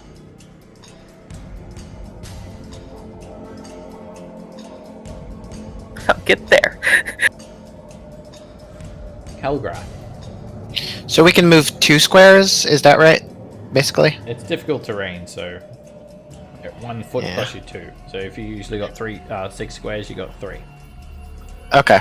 Then I should be believe I have 3. Okay, good. Okay, then I shall disengage and move 3 squares up, like right here. And that's my turn. Varys. I'm gonna yell at everyone to get in this cave. And then I'm gonna move 5, 10, 15. And I'm gonna take the ready action to cast Sacred Flame on the water weird if it attacks anyone. Okay. You can't see it, so you wouldn't be able to target it. It's invisible. Ah. Still invisible even though it's attacking us. Okay. I will take the dash action then, and then move all the way in here. Okay. Alright, it's yeah. It's a cave floor now. Ash. Okay, let's go ahead and disengage as my action, and try and start to move towards where Varys went.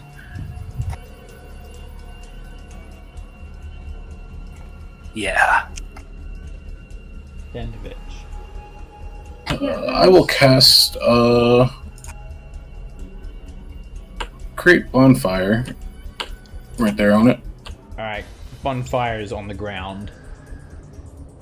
So you can't see the ground underneath it from where you are. Okay, I'll hold off on it there. Your spell would fail in that case. Things you already rolled. Okay. That's fine. And then I'll just move. Once you're on this stuff, it's just a stone floor and it's no longer difficult terrain. Gotcha. Actually, sorry, no. Ice is everywhere. There's still slippery ice here. Okay. The ground is covered with Well then, we'll move there. a layer of ice. Mimi. This is not good. That you're still there. I might die. Oh, I didn't mean to click on that. Given you're 10 feet away, it doesn't have much of an angle at you. It's 3/4 cover. But it has advantage because you're invisible. And it tries to attack you. Oh, because it's invisible. And you're lucky. It just can't reach you properly from this distance. These long tentacles of water, they just kind of burst out of this water that's just pissing out of the broken waterfall. They reach for you, but they're just a little bit too short. They get caught up on the lip of the waterfall.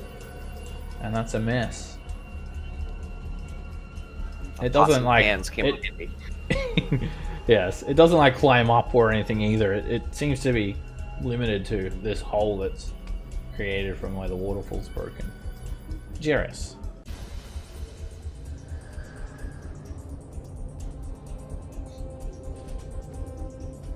I am.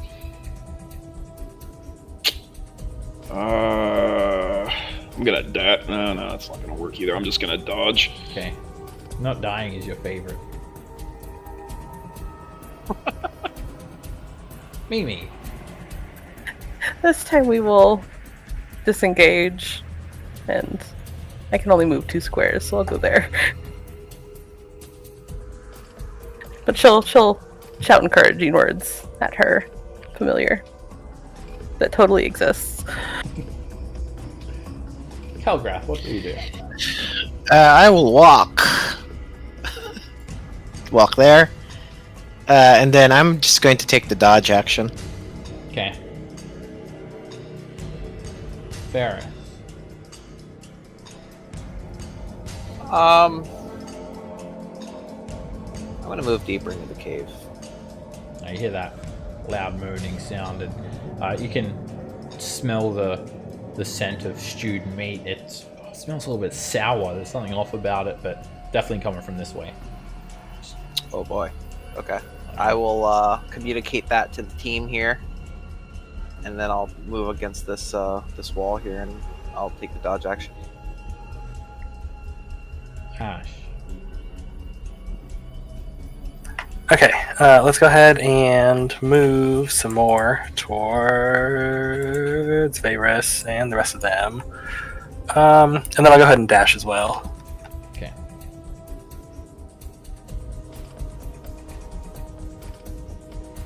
Dendovich.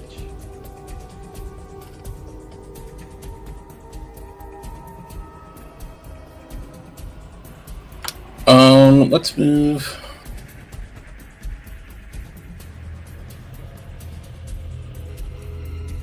Up there. Go ahead and take the dodge action.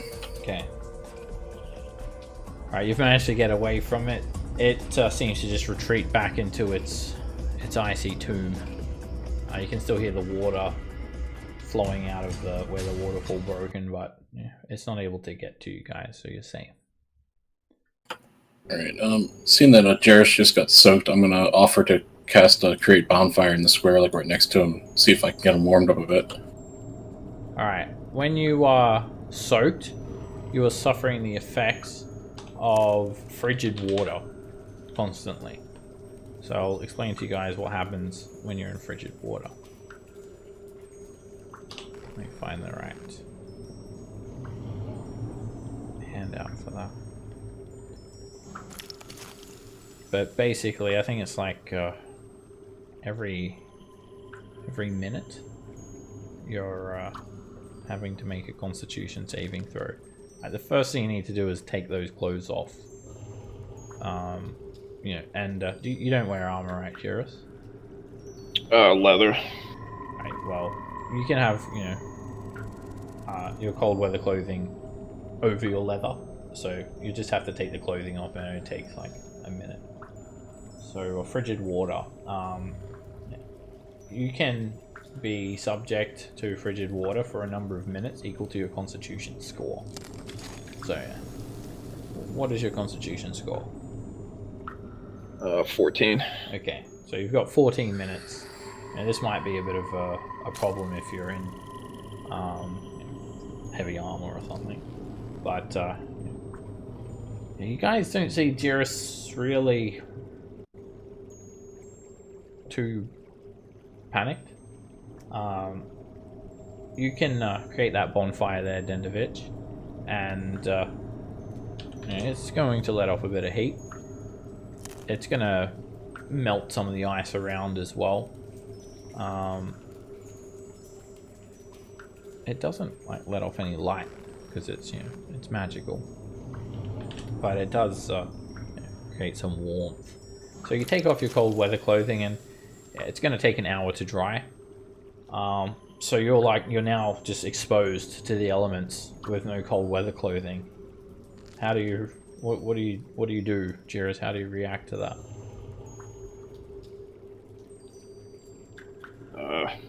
Nibble on my cheese hunk. That was in your ear? I mean, I take off my clothes, obviously, and I don't know, I shiver. Okay, alright, try to warm them over the bonfire. Alright, yeah, you start to warm your clothes, and you guys are just looking at Jarrus like he's crazy, like he's just hanging out his clothes to dry in this weather. Like you guys would be freezing, and as you look at Jarrus, there's something about his eyes. They take on like a blue tinge. The whites of his eyes become blue. I still have that dumb grin on my face the whole time. And You feeling okay there, Jarrus? What? Someone get that cheese out of his ears. Alright, so yeah, your clothes are soaked. You'd have to have them here for an hour if you want to dry them. Hope you brought some spares. I mean, that's the only option I have. I don't know if anybody else has any options, but... Would I help speed that up at all by using prestidigitation to warm his clothes? It warms them, but it's not hot enough to dry them. It's superficial.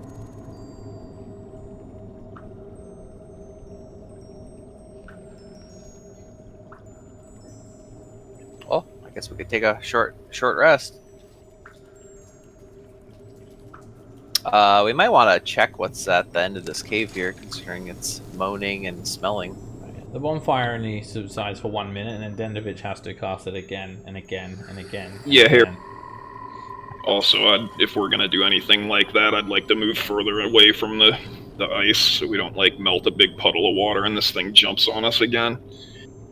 Oh yeah, that's a good idea.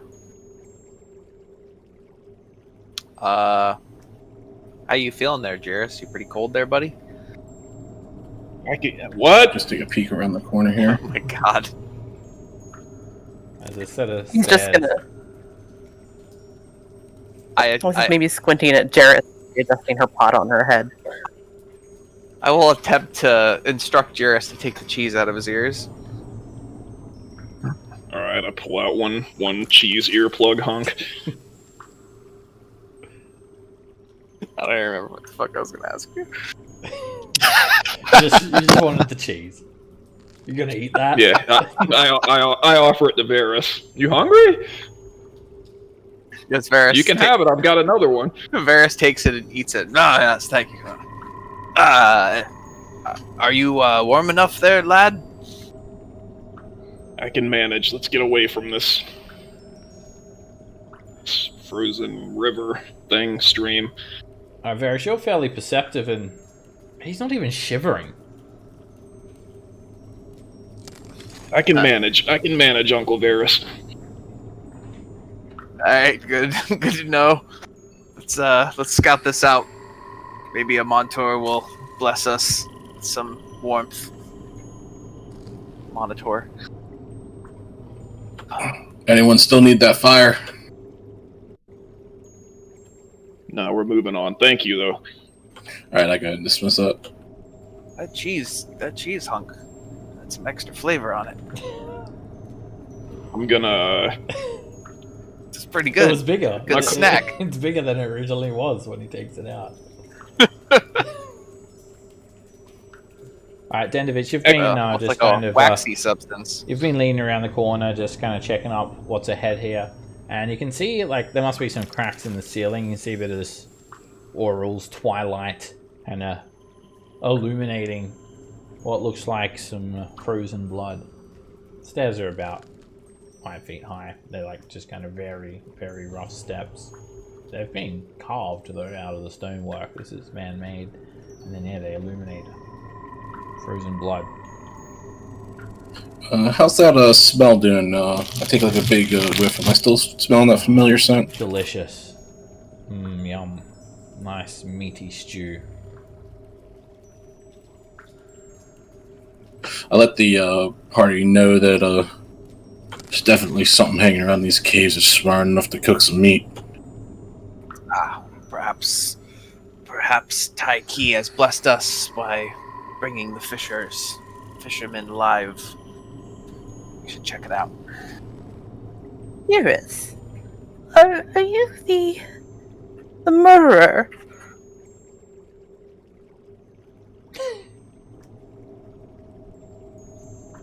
That dwarf woman. She mentioned that she saw him walking without clothes on, without getting hurt by the cold. No, I'm not a murderer. What? I'm sorry, was that... I couldn't hear you clearly. Was that what you asked? Murdering is his favorite thing. Yeah, my bad. I'm sorry. I thought that's what you said. My Sorry, bad. she did say that. He's accusing you of being the murderer. Accuse? I asked. Well, she's inquiring. Is ask, inquiring minds want to know, are you or are you not a murderer? He shares some traits. It's a blind item. Blind item. Well, he said he's not, so he's clearly not. That's how investigation works. Sounds good. That was very inquisitive of you. So, Mimi, you can have DM inspiration. Yeah, Jirus seems like he thinks you're joking.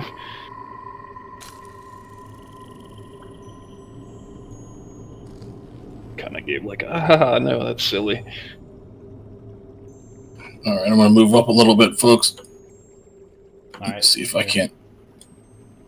digging your crampons onto these icy steps. Everything is covered in ice. The smell of spiced meat permeates the air, and that moaning sound just grows a little bit louder. As you climb the top of the stairs, you find an irregular shaped cave. It's a good 5 feet higher than the one you've just come from. And there are indeed some natural fissures in the ceiling. There's fresh blood painting the icy floor. It looks like someone was butchered here recently. Someone or something, maybe an animal. And then off to your left there is this gruesome ossuary. There are bones. There are knucklehead trout spines, humanoid skeletons in pieces, animal bones, bird bones, scraps of clothing, armor, rusty weapons, and it all forms this almost like conical shaped 15-foot high mound, like some sort of grisly trophy. Blood still attached to, and flesh attached to much of the bone. You're unsure how it's held up. It might be balancing or glued together. Glued?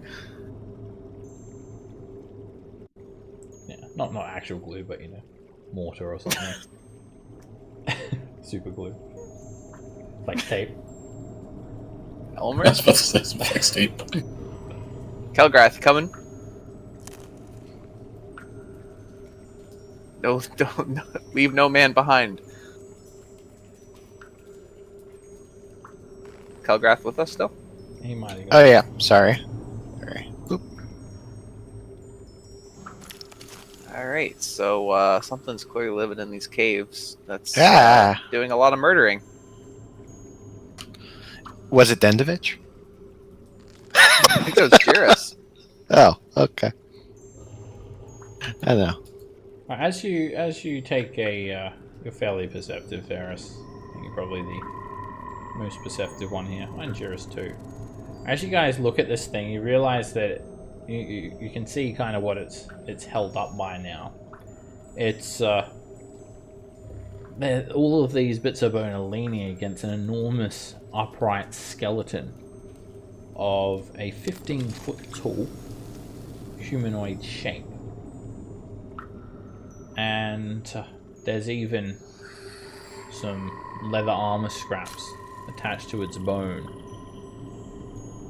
It has a horned helm. There is a mighty great axe lying near its side, upright with the blade of the axe on the ground, the handle upwards. And it's the skeleton of a giant, standing upright amongst all of these bones. Wow, that's terrifying.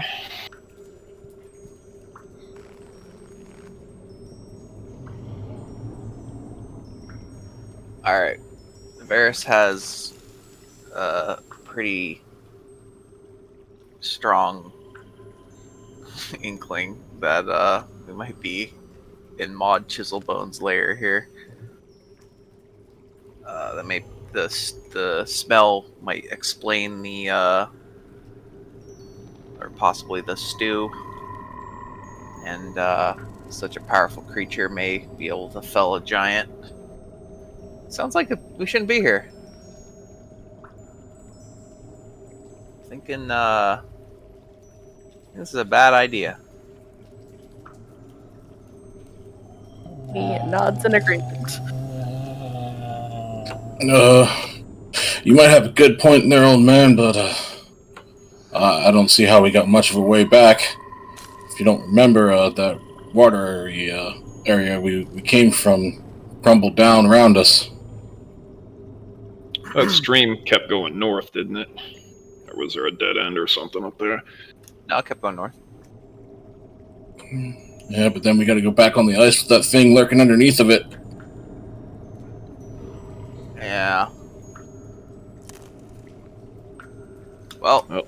I guess we can just be more guests for Jurgle. We get added to this pile of bones. I'm certainly your better poison. fighting on my own 2 feet than I am swimming in the ice. If we try and stay quiet, we looked like there may be if there are multiple ways into the cave that we passed, maybe we can find one and get out closer to where we got down on the ice and run away. I think we'd have to be heading towards the north and maybe find one of those. So I guess you're right. Let's try to stay quiet and hopefully not waking up any beasties. I think we've got at least a good idea what may have happened to those fishermen that we came out here to investigate. Yeah, I'm gonna take a good hard look at that pile and see if there's anything of interest. There's bones, mostly. There's a few scraps of leather, a couple of rusted and pitted weapons here and there, but it's just a gruesome totem of bones and blood, and meat scraps. There are some humanoid skeletons in there. Alright. And do the humanoid skeletons or anything maybe on the edge look like fresh human fisherman-shaped skeletons? Fisherman shaped. Make a medicine check to check out the bone, see if you can tell. You're not sure how long they've been here. You can't really tell too much. They're definitely preserved somewhat in the cold. And this blood here, it's on the ground. What's immediately above it on the ceiling? There's just a couple of cracks in the ceiling. A bit of moonlight, or not moonlight, twilight trickling down. Alright.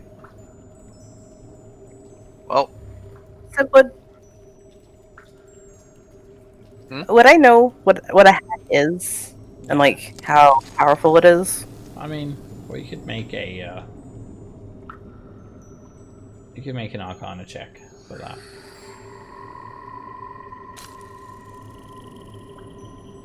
So, yeah. I mean, everyone would have heard of them at least, like a rumor. You're not sure exactly what type of hag you're dealing with here, but they're evil, they're cruel, they resemble withered crones. There's nothing mortal about them. They like to torment humanoids by taking children and bargaining with them to make the parents do something vile, like sacrificing or something like that, or they can trick humanoids into getting into some sort of debt and then wanting the children as payment. They might first come off as kind and almost motherly, and then they can it's a part of their ploy, their trick. They evoke disgustingness. They're foul creatures. If you knew what sort of hag, you could probably go on for ages about particular hag, but they're foul creatures. General. Yeah. Would I know that at our current level of expertise, it would probably be a very bad idea to mess with one in its lair? Well, you don't really know what hag you're dealing with. There are several different types. If there is a sorority of them, a coven, then you're in big trouble. But from what you've heard, this is a single hag. They can be bargained with as well. They're not just like mindless. I mean, they're evil, but they do want things. They have magical powers. They want something. They eat people. Maybe we'll and stick with giants. it.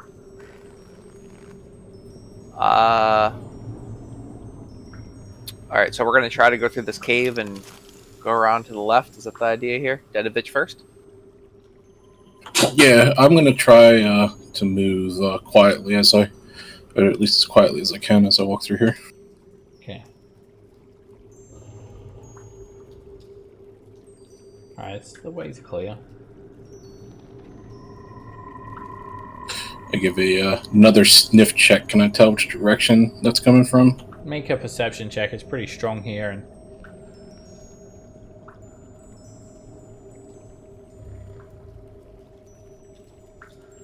to the right. You just hear that moaning sound is pretty loud as well. If you're moving ahead silently, Dendovich, you can make a stealth check now.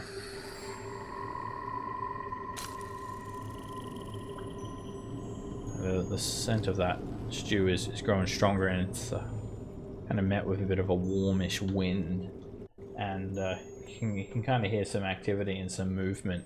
There's something about this cave. In fact, you can see a bright light, a flickering firelight, dancing against the walls. Dendovich, are we going this way? Move here, and I peek my head around the corner. Okay. You peek around the corner silently, and what you see. This will take a 10-minute break, and then Oh snap! we'll find out what you see when we get back. I'll see you guys soon. Cliffhanger.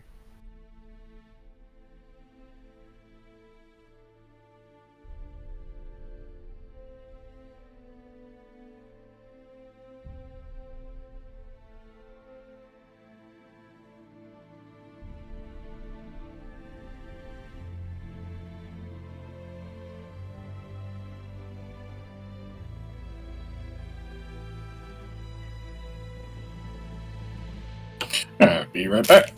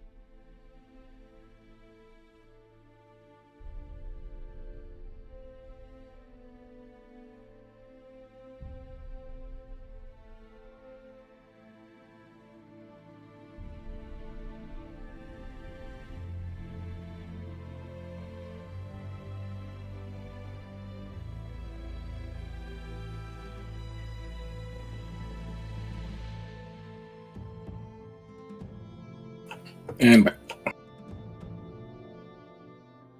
Hello.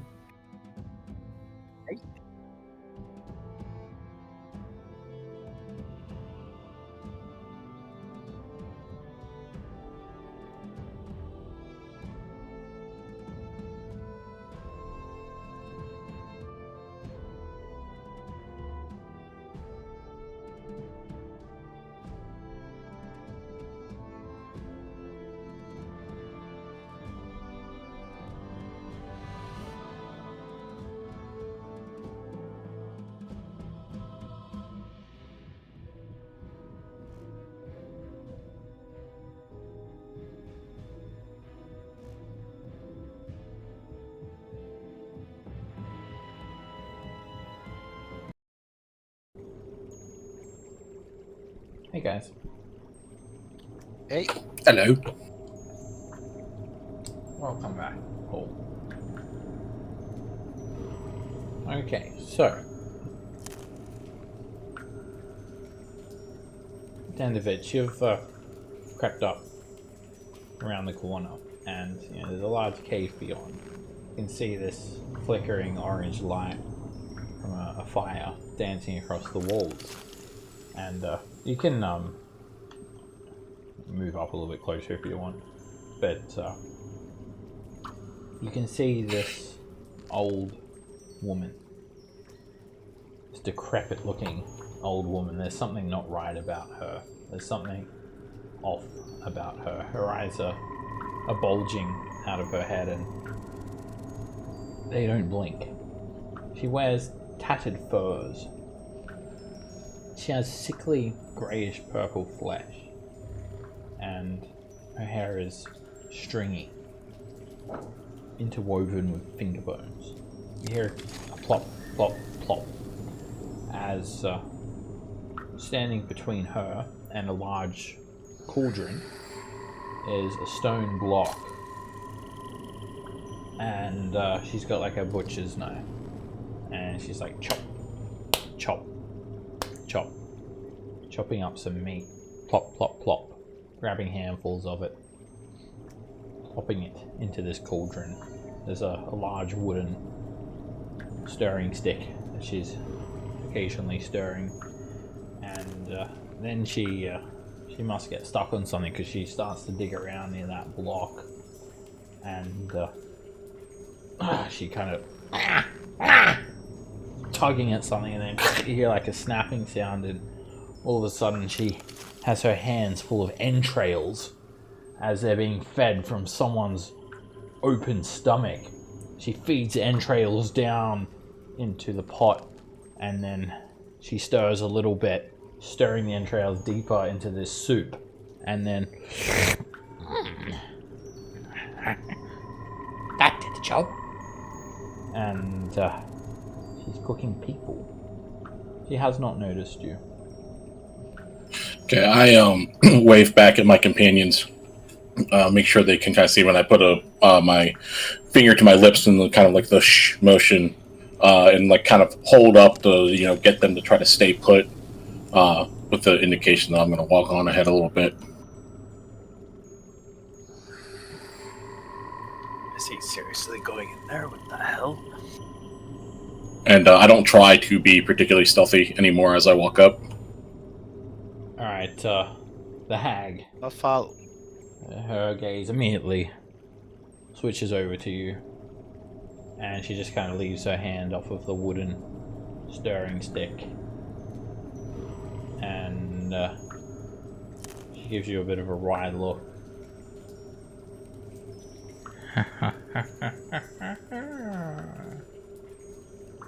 Hello there, dear. Hungry, are we? She takes the butcher's knife and just hits it onto the chopping block. Something you wouldn't believe. I could smell that stew of yours miles away. Quite a trek to get here. Oh, yes. Are you alone, dear? Certainly am. Make a deception check. Rolls don't fail me now.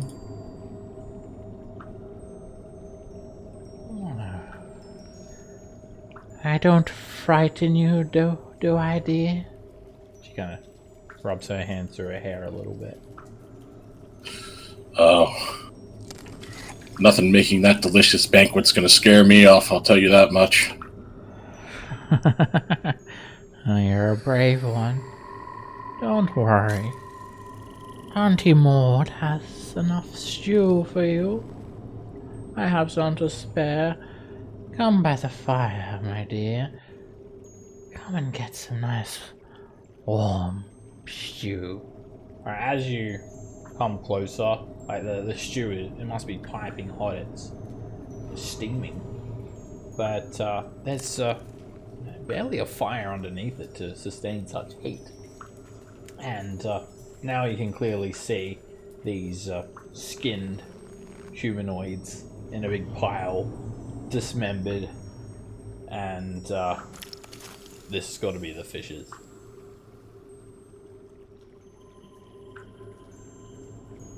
She looks over. I thought this stew was just a little bit bland. There's something missing.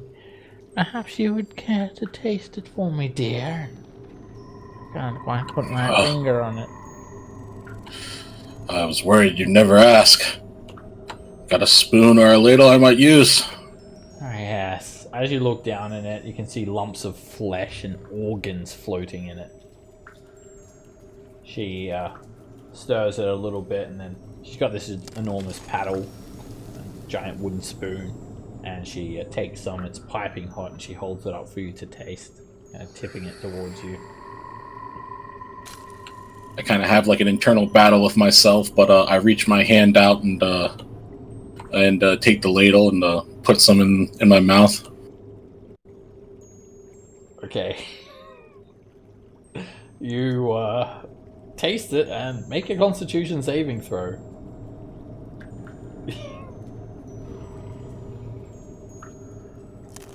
You keep it down somewhat. And Maud smiles. Doesn't taste as good as it smells. Yes. Perhaps I need a few more entrails.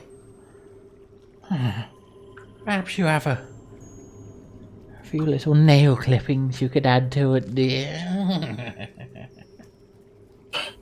I don't mind giving you some ingredients, but tell you what, since we're here, wondering if you might have something to offer for a few extra ingredients. Oh, really? What do you want, my dear? Well, I've come in here for a few things. Some of this delicious stew and perhaps some information, and you never know. If you have anything you might want to put on the trading table as well, we can negotiate some further. I'm not sure if you have anything that interests me, dear. Tell me, dear, do you have any children? Fortunately not. Oh, well, that's a shame. That's a shame. I do hope you plan to stay a while.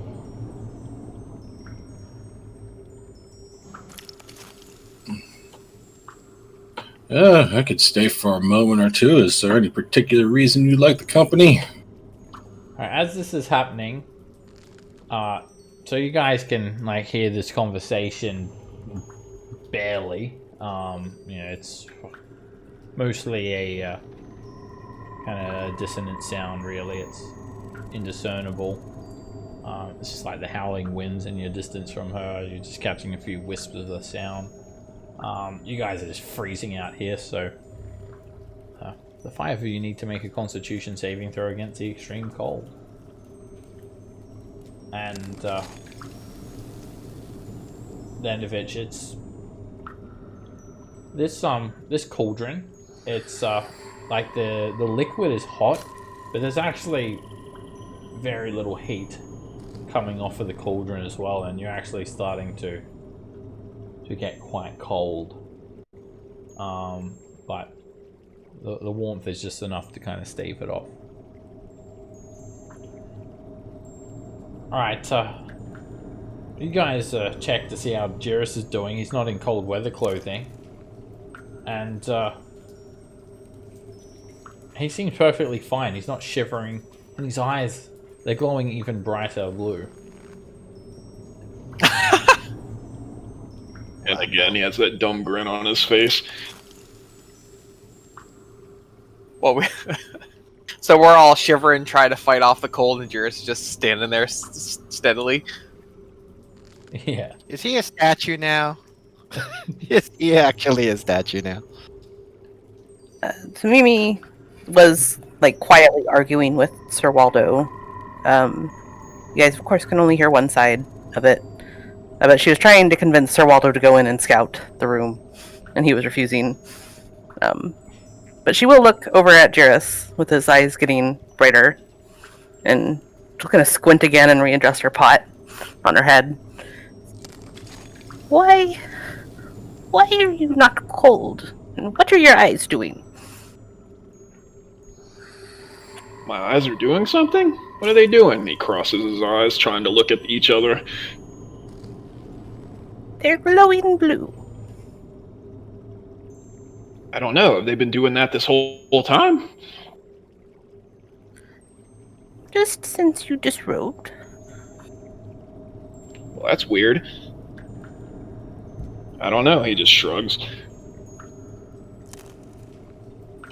Blessed by the Frostmaiden. I need the 5 of you Or cursed. out here to make a group stealth check between the 5 of you.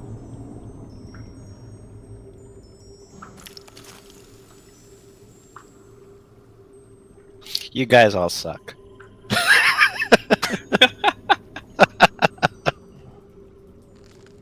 It doesn't sound like Maud has noticed you guys. The conversation continues with Dendovich. Oh, just, my stew. Perhaps it requires ingredients that are a little more fresh, if you know what I mean. See how licks her lips, looking you up and down, Dendovich. So, about our deal, maybe you could at least part with some information? You have not anything that I want, dear. Well, at least nothing that you'll benefit from. Because you won't be alive. Yes, that's what I'm missing. I see now. I need something living! Get in this pot! And she tries to grab you, Dendovich. You guys hear the screaming and we're gonna roll initiative. She tries to grab you and throw you in there. So she reaches out to you and you need to make an athletics or an acrobatics check. She tries to shove you into the pot. Grapple you at least. Alright, let's see here. Acrobatics. Are you and she reaches out and she's got very long claws. She just claws at the air to try and get to you, and you just step back out of the way. And need to check something else as well quickly.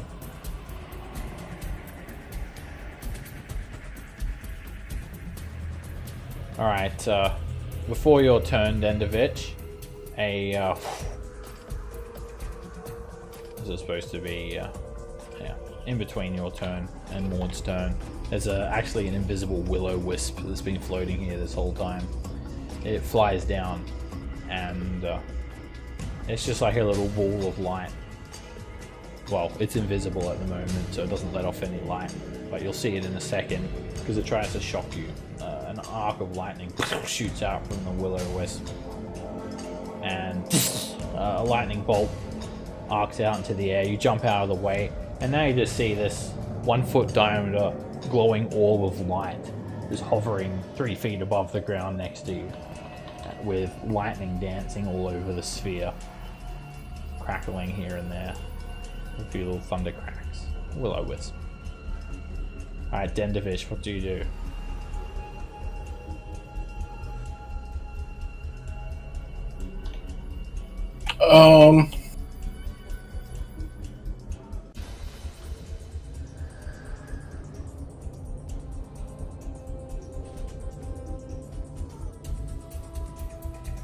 I'm gonna go ahead and let's go for it. I'm gonna go ahead and I want to try to toss this thing into her own pot. The Willow Wisp? No, the hag. Okay. You can attempt to grapple her. Okay. Make an athletics So check. let's do that. She looks very wiry, skeletally thin, and she just like grabs your hand and twists it back, chuckling at you loudly. She's like supernaturally strong. She almost breaks your arm. Alright, I'm gonna just move up there and call out. Gonna need some hands in here. Alright, so you guys out here, you hear Maud yell out at this stage. Skeleton! I need you! And all of a sudden you start to hear some cracks form from over where that frost giant skeleton was. Over in this direction. Like the sound of ice breaking apart.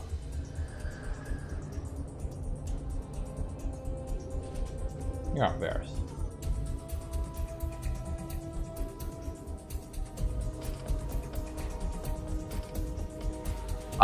So this is still moving. This is rough terrain still, right? Yeah, everything is difficult terrain. Everything is covered in ice. Great. Alright.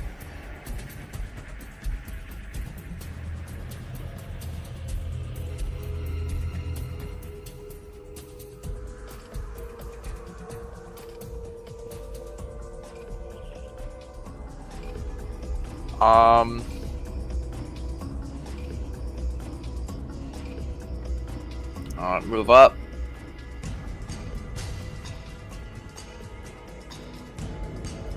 Can I see Dendovich? Yeah.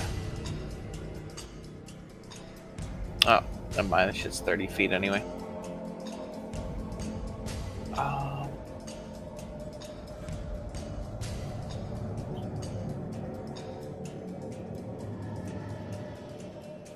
Alright, I am going to peek around the corner, and as I get a look at the at our opponents here, I will reach out, stretch out my hand, and I will yell out in my booming voice to Maud to grovel before the gods.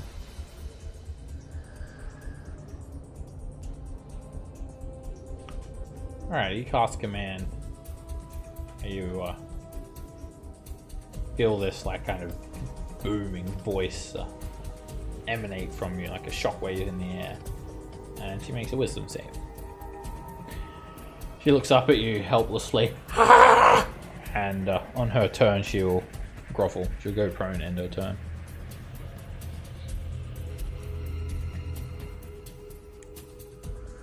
There's more of you! She says. Ash.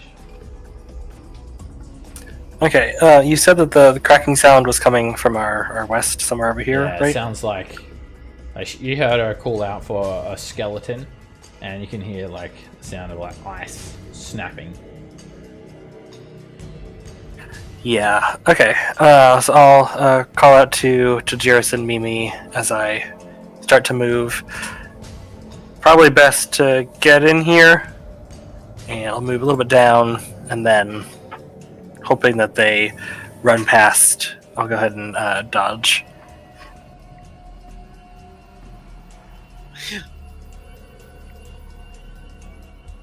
Mimi. I think Mimi is going to have to dash because she can only move 10 feet regularly. So we'll go there. Now you could, if you dash, that makes your movement 50, so you could go 5 squares. You could go one more if you wanted.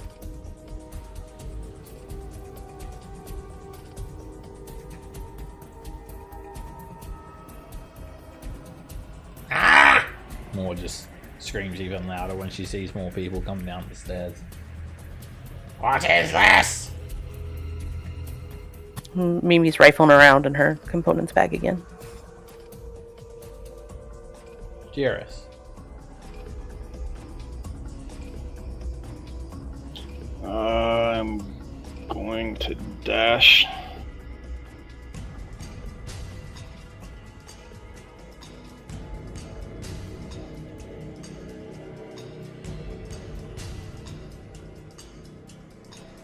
Helgra.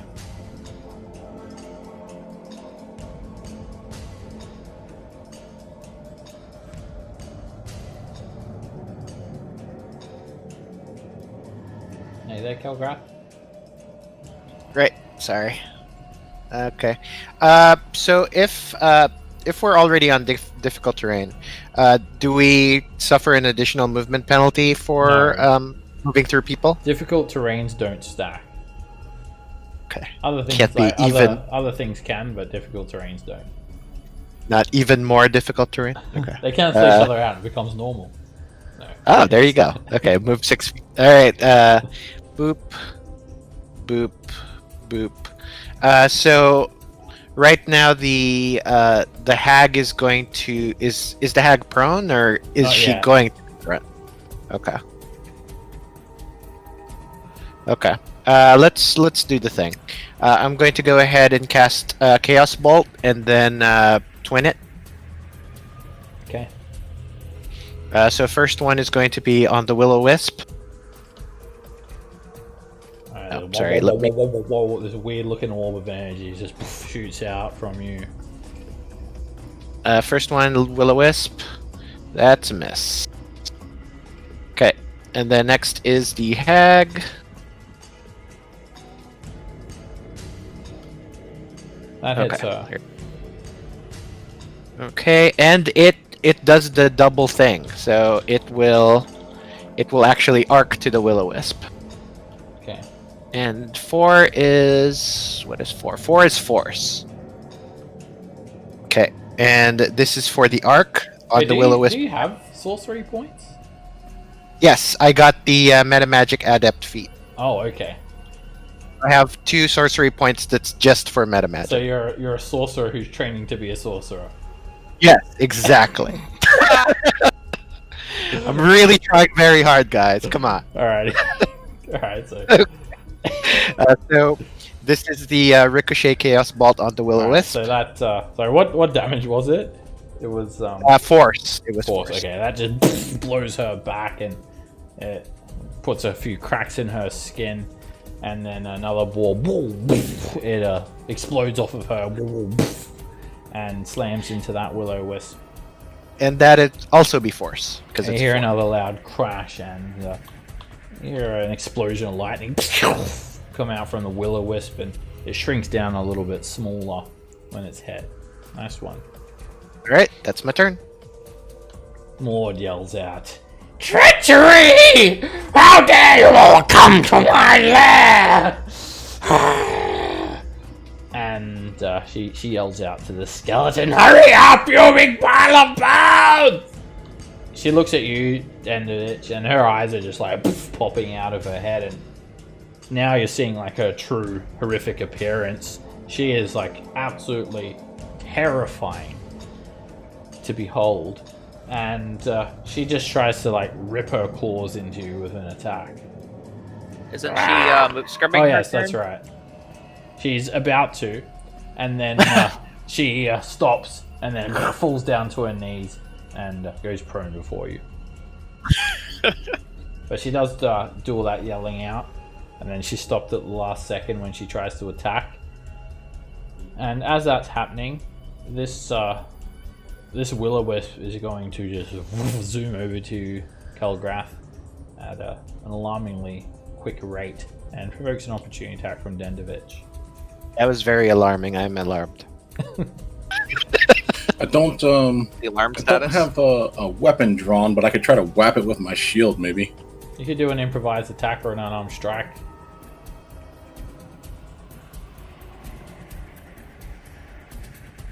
It's up to you. Yeah, I'll just do the improvised weapon attack with the shield. That hits it. It'll do 1d4 damage. Plus your strength mod. Which is a whole 0. It doesn't do anything to it. The shield just bounces off of it. No damage. Your shield is knocked back. The Willow Wisp comes over and a bolt of lightning shoots out from it at Kelgrath. And it misses, hitting the floor, breaking the ice apart a little bit. Alright, Dendovich, now that you're beholden to Maud, you're like seeing her horrific appearance. You need to make a wisdom saving throw. You're like disgusted by the sight of her. And you can't look at her straight. So you become frightened from her. Scary. Okay.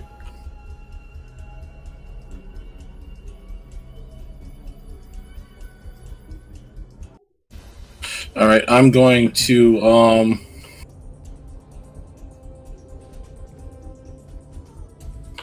I'll shoot a Eldritch Blast at the Willow Wisp. Okay, you're at disadvantage.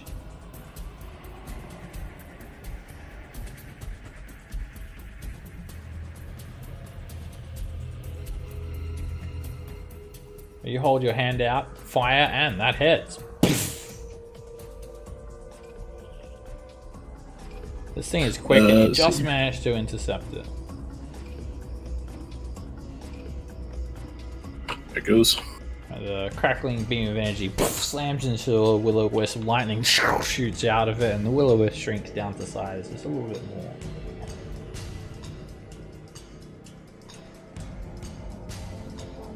Alright, I got it in my turn there. Alright, you can repeat your saving throw at disadvantage for the fear effect. She's still just like looking at you with these doll-like eyes. And it's scary. Alright, Varys, you can hear that ice cracking it like even louder. Coming from behind you. You're up. Alright. I'll move up.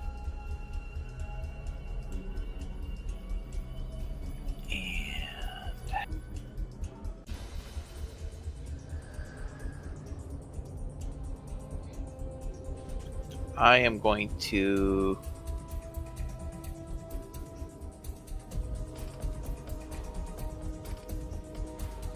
cast Sanctuary on Dendovich with my bonus action.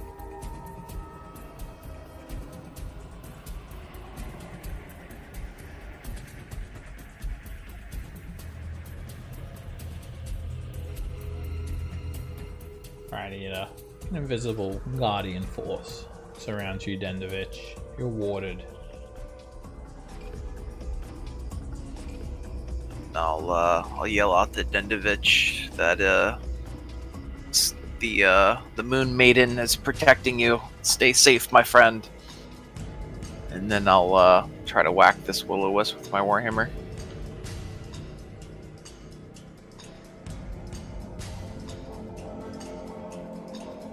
It's a miss. This thing is so quick. It's just like almost like teleporting around. 1 minute it's there, next minute it's not.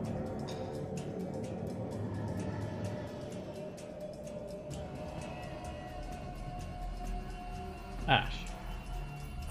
Okay. Is there enough room to stand south of Kelgrath? Yes.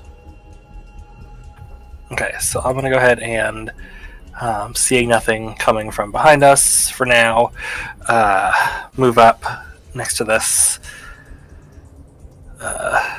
thing that Varys just swung at, and similarly swing my Warhammer.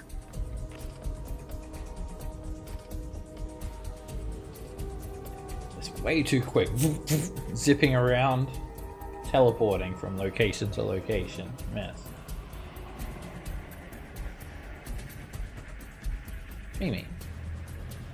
I am going to move closer to Mrs. Maud. And Mimi is going to make some hand signs. And she's going to go, "Why do wizards like Fireball so much?" "Because it's a well-rounded spell." And Mimi's thinking she's going to cast Fireball on her, but she's actually casting Tasha's Hideous Laughter. Maud looks up at you. I'm the only old crone here in this cave! And then she stops for a second. I didn't change the concentration icon. I'll have to fix that up. So it's a yellow dot. So on her, I presume. On her, and my DC is 13. It didn't do that.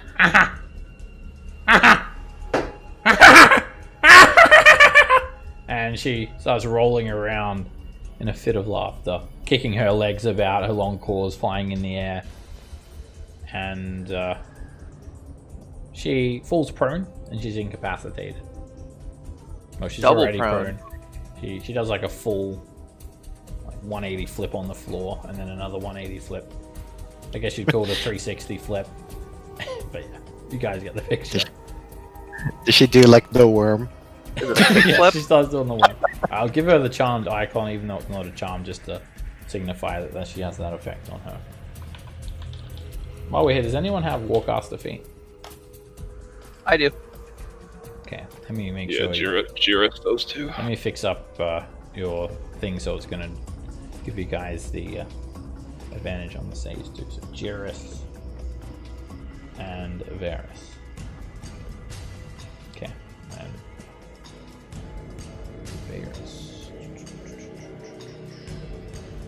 Alright, Jiris, you're up.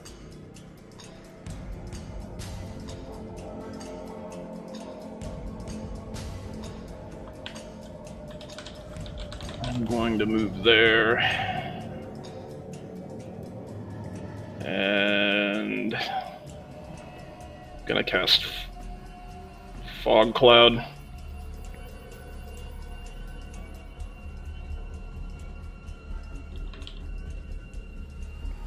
Okay, here we go. It's a 15-foot radius, 20-foot radius, area of heavily obscured fog.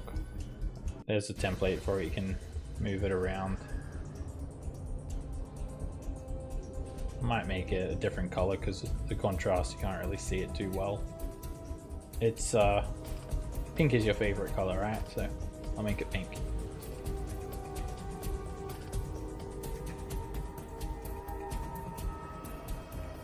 Alright, yeah, the Maud's in that there. It's a bit hard to see the outline on this map, but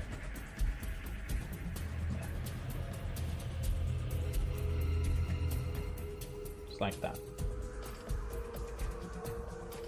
Is she in it there? Yeah, she's covered with it. I'll put another darker border around the spell, but yeah, she's in it.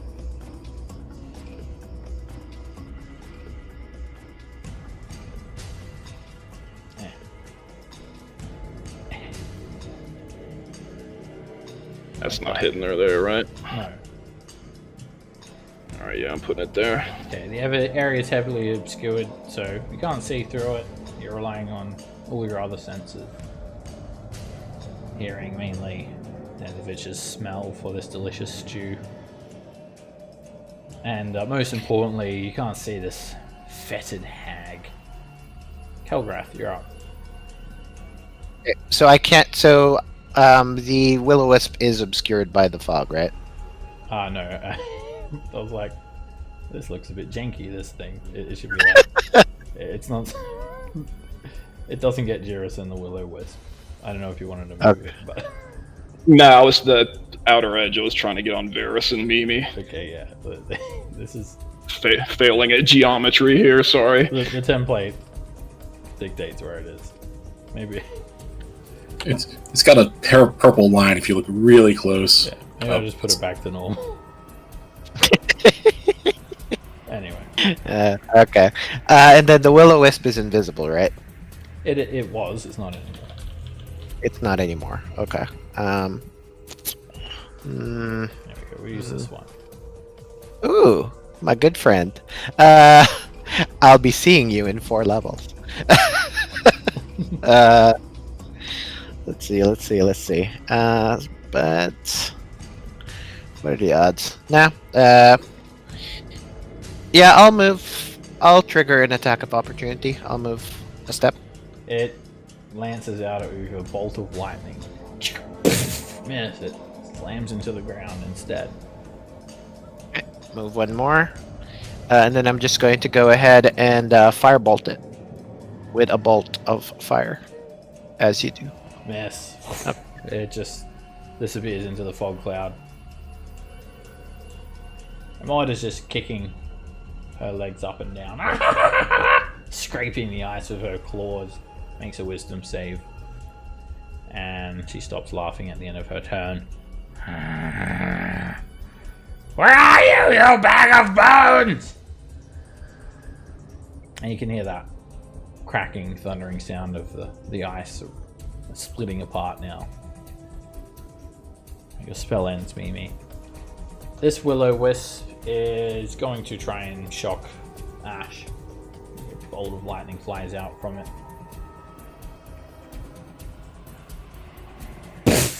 It hits. And it hurts. You take 9 points of lightning damage. Ouch. And it just whizzes around on the spot. Dendovich. I'm gonna dash. So I'll move there As you first. leave her reach, she tries to claw at you. And what's your DC, Varus? I think it was 15.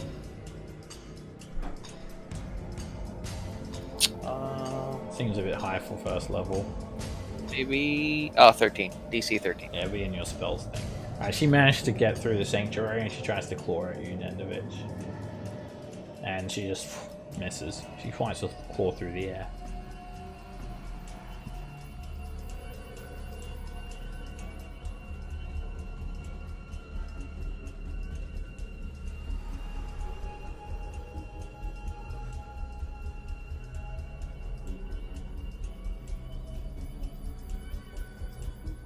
I will move down there.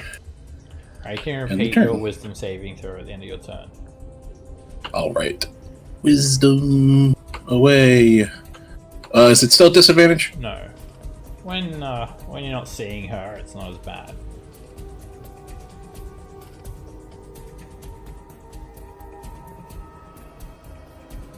You're no longer frightened. Hey, I made one.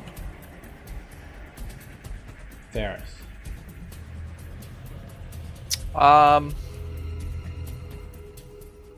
I am going to try to Sacred Flame this Willow Wisp. You need to move if you want to do that, Varus. You're in heavily obscured area. Can't see. Oh, I can't Sorry. can't see the Willow Wisp. Because you're like first level. Yeah, I'll let you off the hook for that one, but generally, that spell would fail because it requires sight. Oh, okay.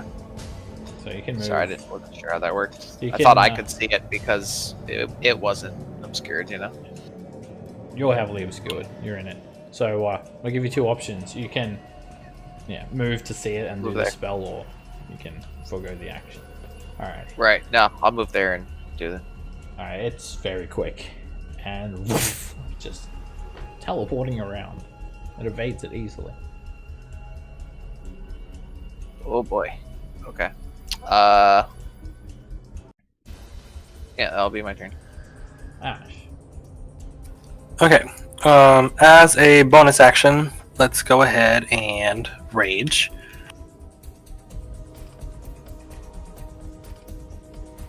and then try and take another swing at the floating orb.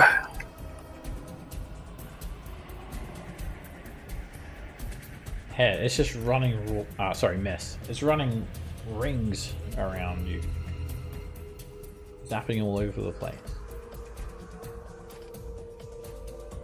Mimi.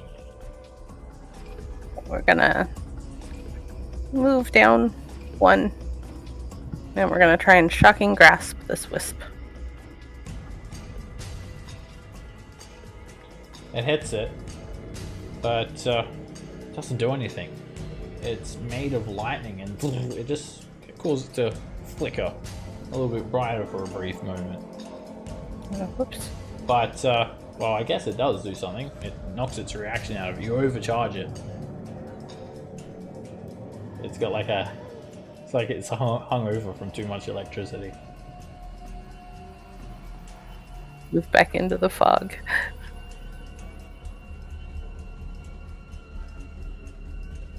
Jirus. I'm gonna bonus action healing word Ash.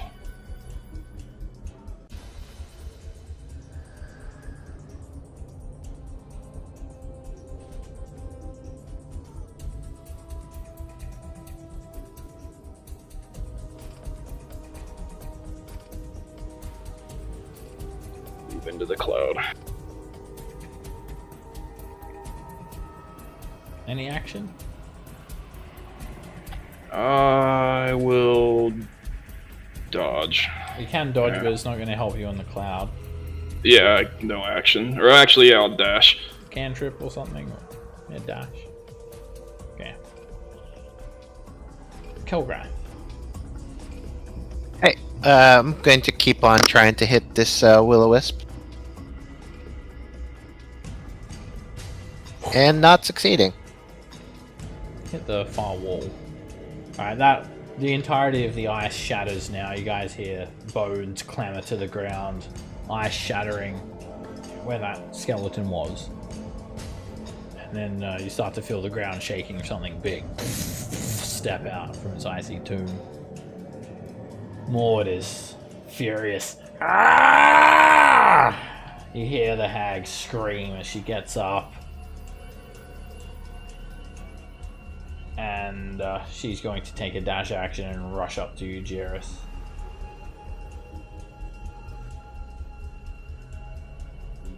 She used half her movement to stand up, right? Maybe.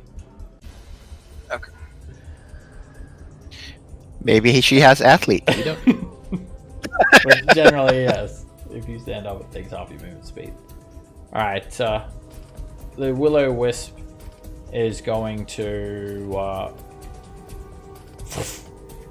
disappear into the fog, provoking an opportunity attack from Ash and Varus. It whizzes by Mimi and Dendovich. You guys just kind of feel the wind and the buzz from the lightning washing by you. You take a swing, Ash, but it's already gone. Varus, you managed to hit with your Warhammer. Sorry, apparently I don't have damage rolled on there. You need just to manually click do it. in the... Well, you can do that.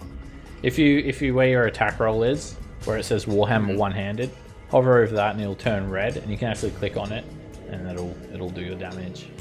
Gotcha. It'll be 11. Okay. Your Warhammer kind of just bounces off of it. It's resistant, so it still hits it pretty hard though. You hear an explosion of lightning, but it survives and it rushes over to you, Jirus, and it shocks at you. Advantage and disadvantage. I can't see any better than you in this fog cloud. Tries to shock you, and a bolt of lightning comes out of nowhere, slams into you, and zaps you for 7 points of lightning damage.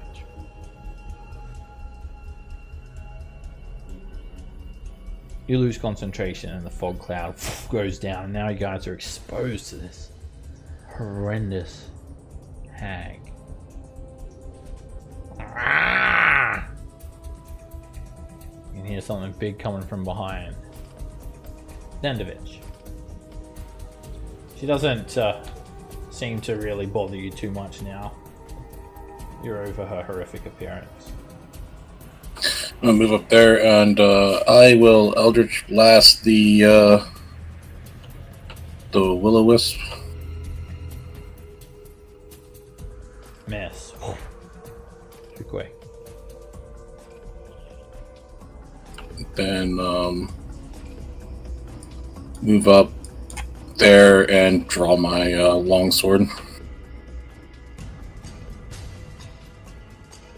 Ferret.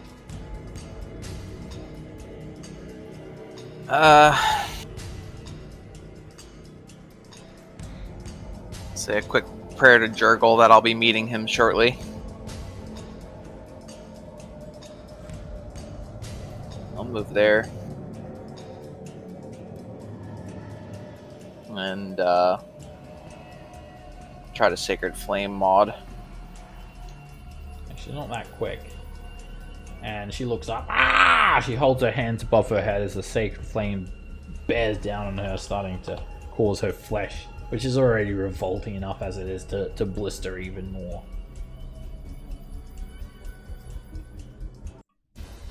Ash.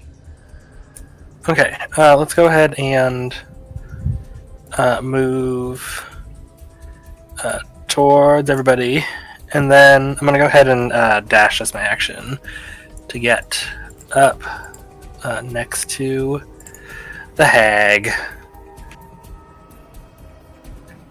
To be certain, for losing rage, I just have to have swung. I don't have to hit right in order to keep it. Yes. You need to have attacked another creature. We've got another round before you'll lose it.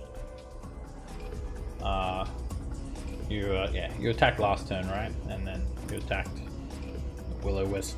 We've got another round before it goes away. End of next turn. Gotcha. Okay.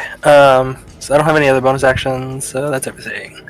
Alright, Mimi. This hag is so decrepit that you can't even look at her.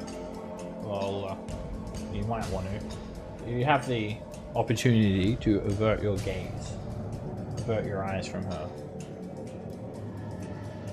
What do you do? Stare her down or avert your gaze? Well, I'll stare her down. She's also an old crone. Alrighty, it's a staring contest between the crones. Make a wisdom saving throw against being frightened. Like I said, mortal crone bat. She mortal crone bat.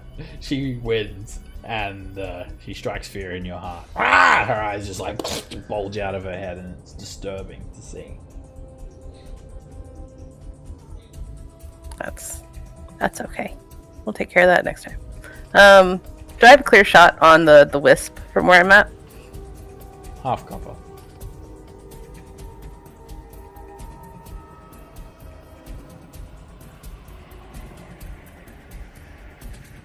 I'll take a shot at the crone, actually. At a disadvantage and all, because, yeah. Okay. That's cheating! She says as you shoot her with a spell. And the firebolt flies off and hits the ceiling. Right, the ground starts to shake now, with hefty boot prints.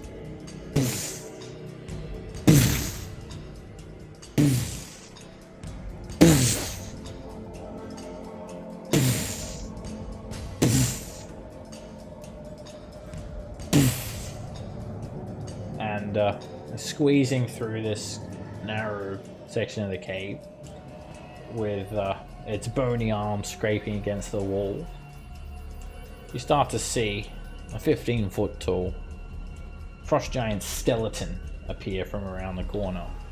Its eyes are glowing blue. It wields in its hands an enormous great axe. It has shoddy leather boots still attached to its feet, and grisly totems in the form of skulls and other conquests, items of conquest tethered to its belt. Hail, adventurer, it says. No, it doesn't. It looks like it wants to kill people. Maud rubs her hands together. Now I've got you! Darius. I'm gonna disengage.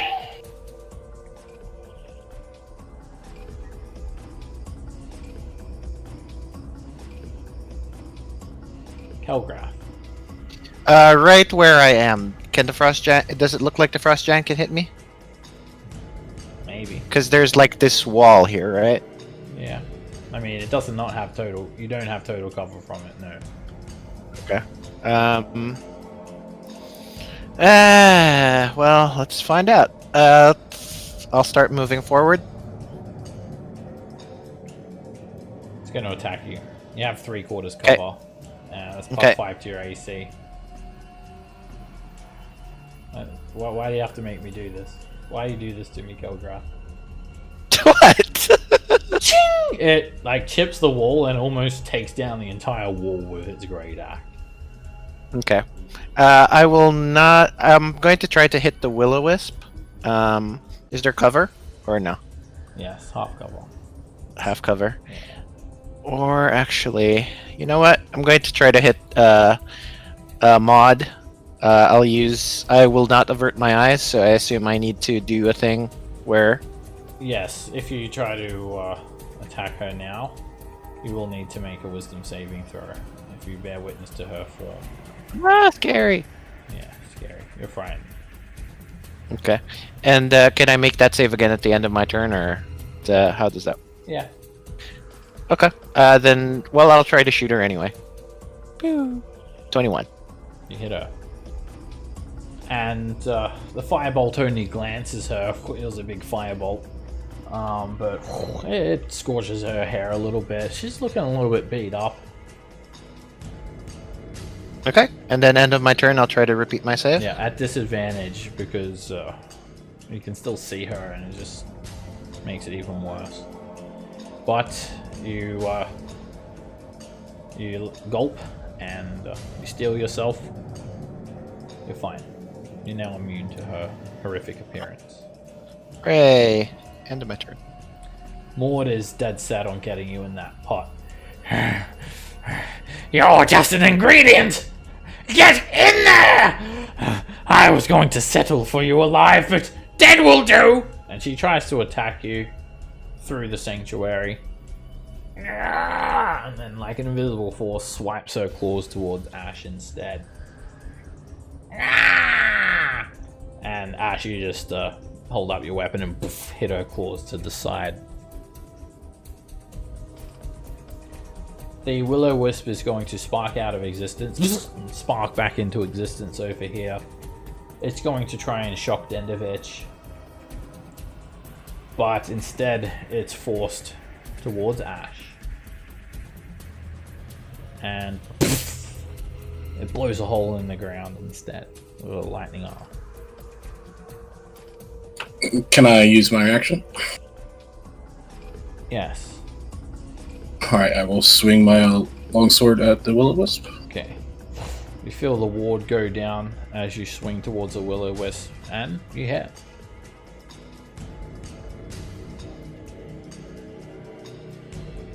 The blade slams into the Willow Wisp.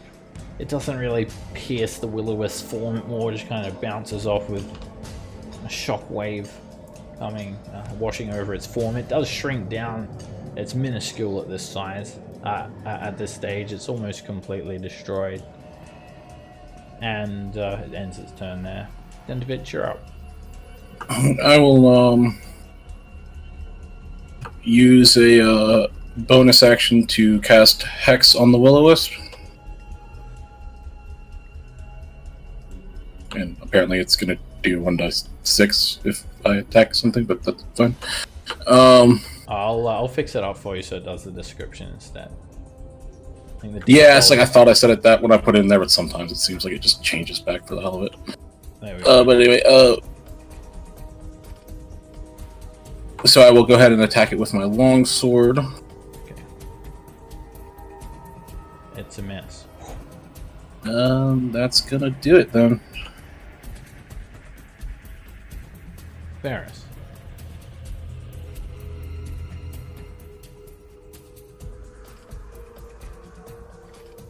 I'm going to Word of Radiance, both of them.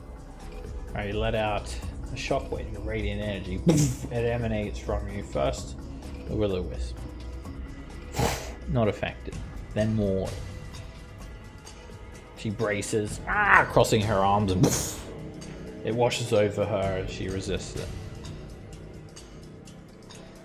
Ash. Okay. I am going to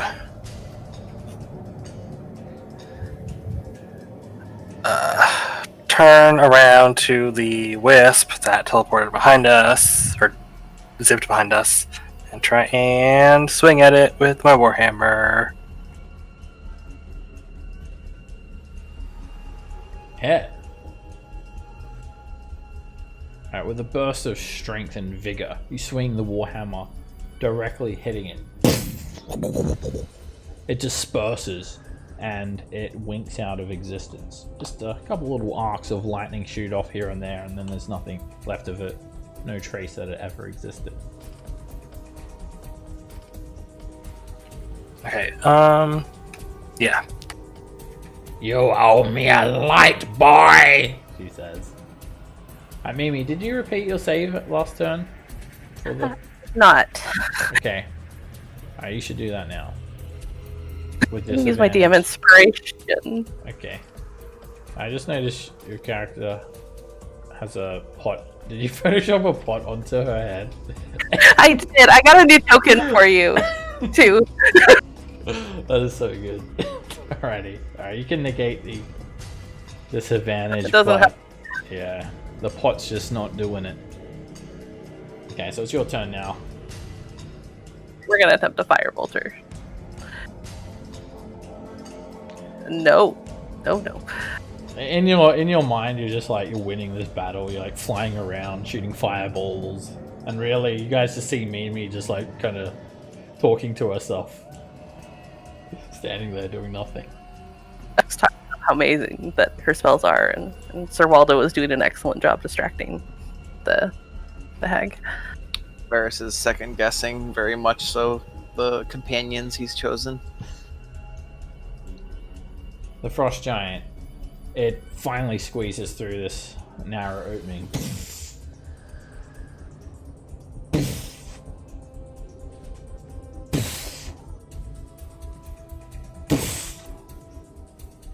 And luckily for you, Kelgrath, it has the dash to get there as it squeezes through this narrow opening. Cheer it.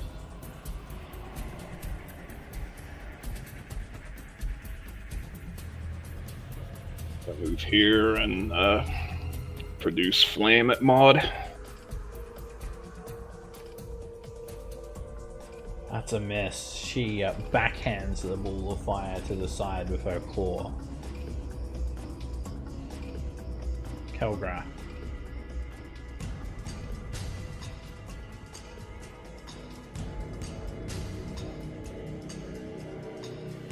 Okay, so I know that she has a 10-foot reach. That is concerning. Okay. Let's just hope that knocking out Maudry is enough to also knock out the skeleton. So let's go ahead and firebolt the lady. It's a miss. The firebolt whizzes on by her. Yep. That's my turn. Ah! Maud screams and she just focuses on Dendovich. Get in my stew! And she tries to claw at you. And you just like kick her back. She knocks into the cauldron, then bounces off of that and comes back in at you. And it's her turn. Dendovich. Move there, and use my bonus action to move Hex onto Maud, and then attack with my longsword.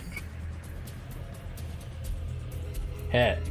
She holds up her hand in defense, and she just slashed through her with this like purple lightning crackling along your blade.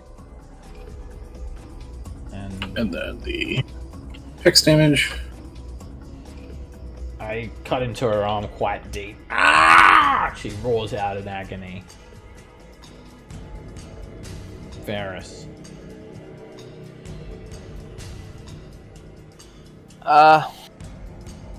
Varys, you haven't looked at her directly yet, so if you don't Right. avert your gaze, you'll need to make a wisdom saving throw. I had to make one at the end of my turn again, so I did it then. Alright, you're both immune. Varys, you're immune. Mimi, you're immune. So the only one that is not immune at the moment is Jirus, but he hasn't looked at her yet. I don't think I've had to make a save yet either. Well, you haven't attacked her yet either. So. Right. Okay. Alright, Varys, what do you do? Targus, guide my hammer. Yes. Something's And he got does. Targus, you have answered my call. Targus, quote unquote. And you knock her up the side of the head with the warhammer, knocking some of her teeth out into the stew. She bleeds from her mouth and looks up at you. Why, thank you, dear. Do you like me better now? Ash, if you want to look at her now, you're going to need to make a wisdom saving throw. Frightened. Okay, yeah, might as well. Everyone else is doing it. Yeah, why not? Alright, you stare her down and she doesn't scare you. Yeah, in a fit of rage, let's bring the Warhammer down on her. Hit. You bring the hammer upwards and like uppercut her. Knocking most of her teeth out. She grabs her face covered in blood and then her hand is shaking. Her clawed hand extends up towards you. No more! No more! I beg of you! I'll call off my beastie! Tell me what you want! I have treasure! Treasure!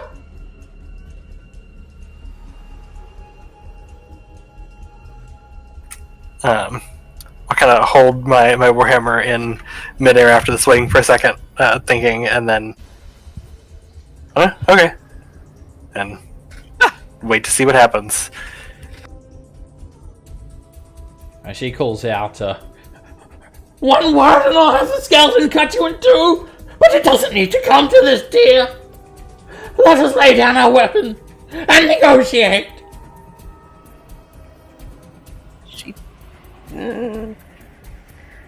If I take a quick glance around my party, do they seem ready to still attack her, or are they holding their weapons back?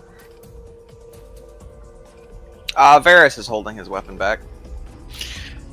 Calgrat is resigned to being cut out, to being knocked unconscious by this giant skeleton in just a couple more seconds. So, but yeah, Calgrath does look like he's willing to talk. Alright.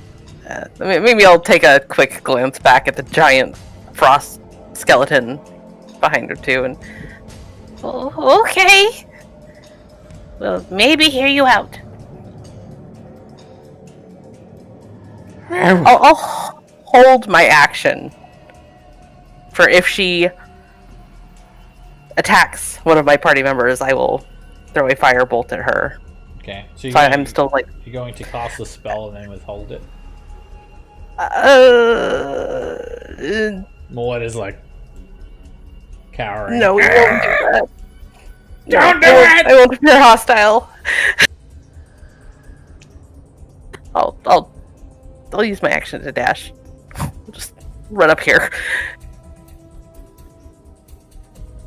I see that you prefer the top half of your torso attached to the lower half, she says. And with a wave of her hand, she calls off her minion. Or is she the minion? I'm not sure. The skeleton looks very strong. Yeah, feels like the skeleton is stronger than like maybe she's the minion. She's like cowering, covered in blood, and she's just like kind of in a creepy way, kind of drags herself alongside the cauldron and cowers behind, just kind of poking her head up with her fingers curled over the lip of the cauldron. So I'm going to start moving up away from the giant skeleton. It's like, just like, all right, I'm gonna see you later, okay, giant skeleton. Okay, bye. It steps up and stands at the exit. You gave old Maud quite a beating. Spits some more teeth into the cauldron. She smiles at you with like most of her teeth missing. An improvement, I say. You rapscallions. What do you want then? Tell me what you want. You have my Tell us attention. about your treasure. Yes, yes. Have you heard of the story of the White Lady, my dear? We just happen to have. Then I'm sure you've heard of the treasure her poor husband took with him to his grave. It just so happens that old Maud happens to know where it is.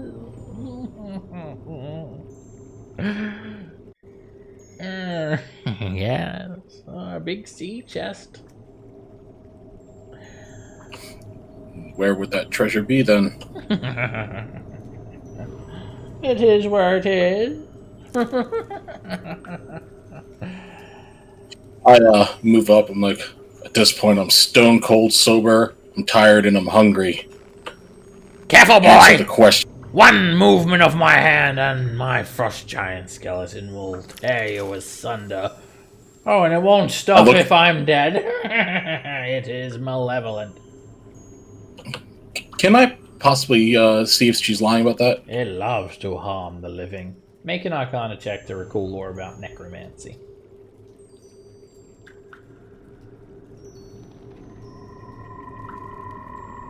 And then you could make an insight check to try and judge Maud as well. You're not recalling too much about necromancy. You can't think of any spells that are powerful enough to animate this, but you don't think that she's bluffing. You think she's being pretty straight to the point at the moment, forthright with the treasure, but you do think that she won't hesitate to have this frost giant skeleton just wipe everyone up. She smiles at you with pointed teeth. All right.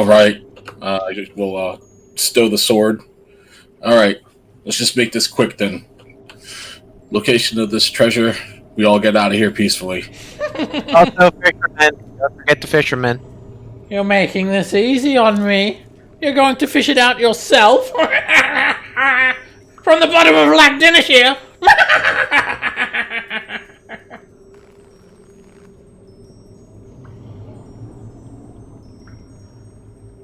Can Jirus eat his last 3 good berries while they're talking? Sure. You've got to be insane, right? Your little soft bones can't handle the cold. You'll freeze to death. So you no have more. a way to get there then? I can get you the chest. Alright, as this is happening, Mimi, make an Arcana check. As you're taking a look around. Alright, you're noticing this cauldron, Mimi. There's something like special about it. It seems to be made of copper. It looks old, like it's turned green with age. It's about 4 feet wide, but it's the images on the cauldron. It has images of satyrs, nymphs in repose, holding ladles, and there's doesn't seem to be any heat coming off the cauldron. Although the broth inside seems to be hot, you're noticing the ice isn't melting, and you're dead set sure that this cauldron is magical. And this must be the one that can feed people indefinitely. So Mimi will kind of turn to Maud and, could we have this cauldron? Oh, you don't want that, dear. I've already offered you and your friends here grand treasure. Well, I'm quite a fan of cookieware, you see. And she'll tap on her pot on her head. The cauldron is mine. Fine then. Make a persuasion check, Mimi. Oh, that's gonna go well.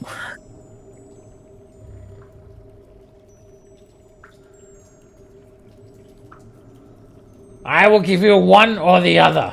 The cauldron or the treasure. What do you want? What is? Also, do we know what the treasure is? What other than it being a chest? What is in it? Supposedly a grand sum of gold. Do we know? Has anyone asked? I'll ask the mod. Do you know what happened to some fishermen that were just outside your cave? She looks over at the chopping block with the multiple limbs piled up, and she shrugs her shoulders. I'm not sure. They're just hanging out somewhere, probably.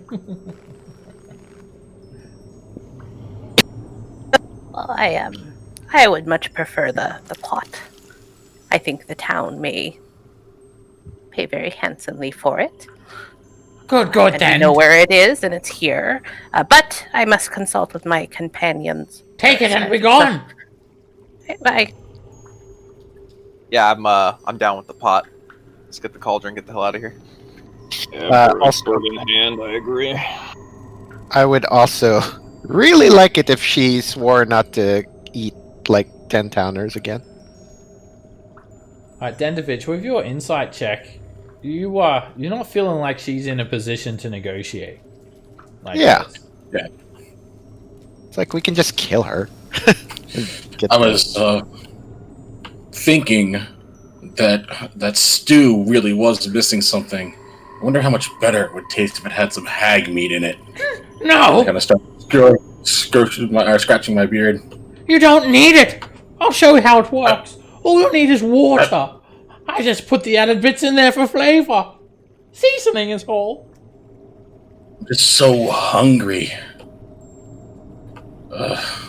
Maybe you could help us with that treasure and this pot. Make an Then intimidation. maybe I could ignore my stomach. Alright, she's freaked out by you, Dendovich, and I think everyone else is as well. And you can make an intimidation check with advantage, given her situation. She's basically like falling over. Fine. Take the cauldron. Take it all. I'll have the treasure for you. I can't get it now, but I promise you, I'll deliver it to you. You can find it at midnight. Head along the shore, north for exactly 1 mile. There you'll find it at the stroke of midnight. Now, just leave. Don't hurt me anymore. That mean water out there, a friend of yours? The what, sorry? The mean water. That weird mean water. I haven't the inkling what you're talking about, dear. Never mind then. Wait, you'll never come back, right?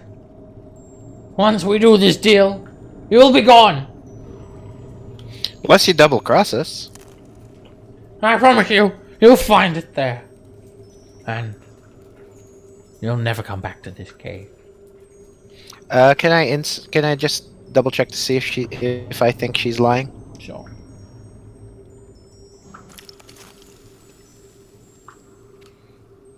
Seb? Yeah, sure. Sorry, you mustn't have heard me. Sure, you can.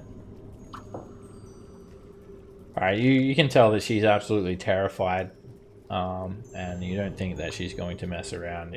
She's sincerely scared for her life. Okay.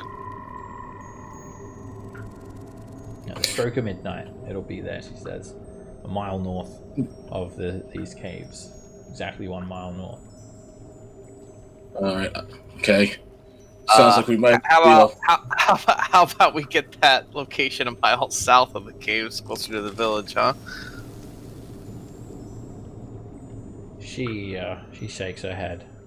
That I cannot do. Take it or leave it. Suppose we'll take it. You're welcome to wait here if you want, dear. There's enough stew to go around. But if you want, it might taste a bit fishy.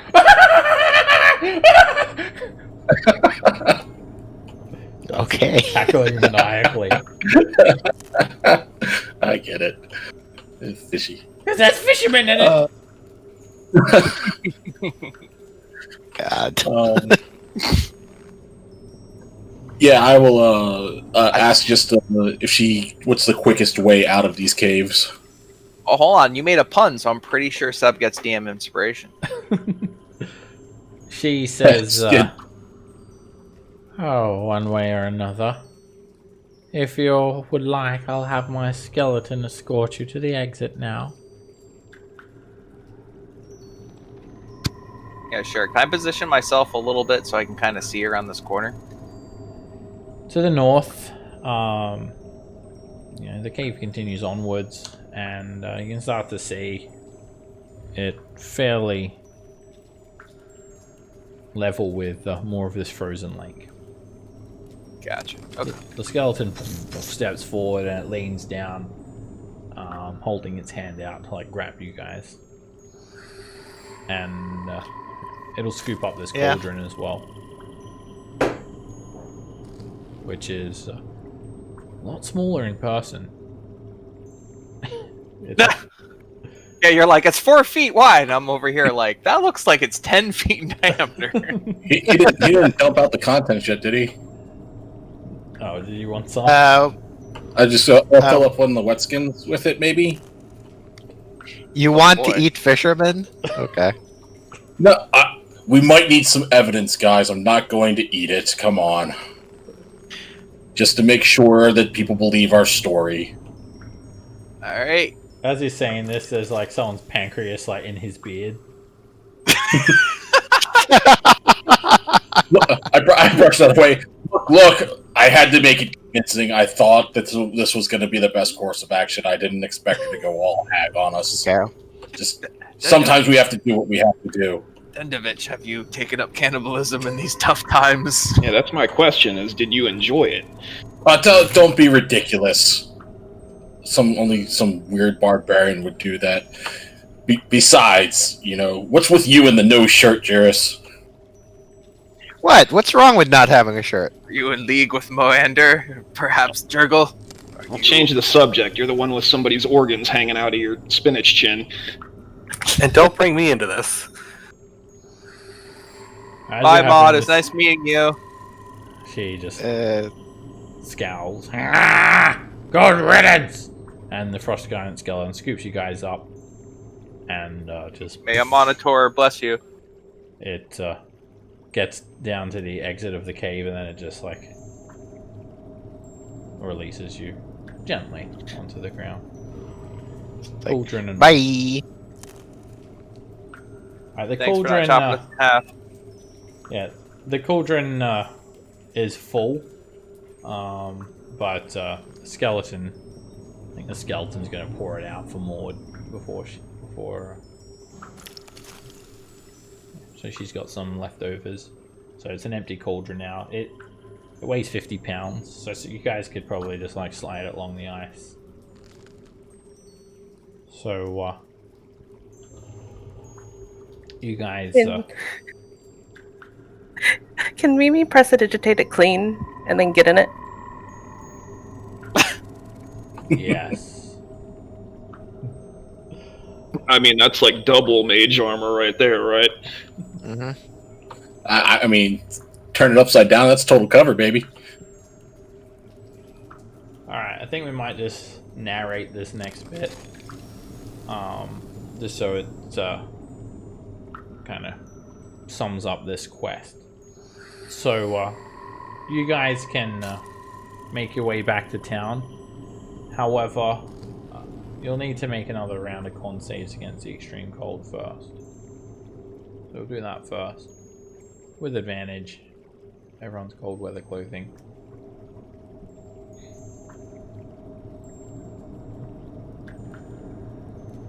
And you guys make it back to town.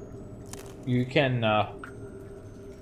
go back to the White Lady Inn and tell the town of your conquest or whatnot, as much as you dare.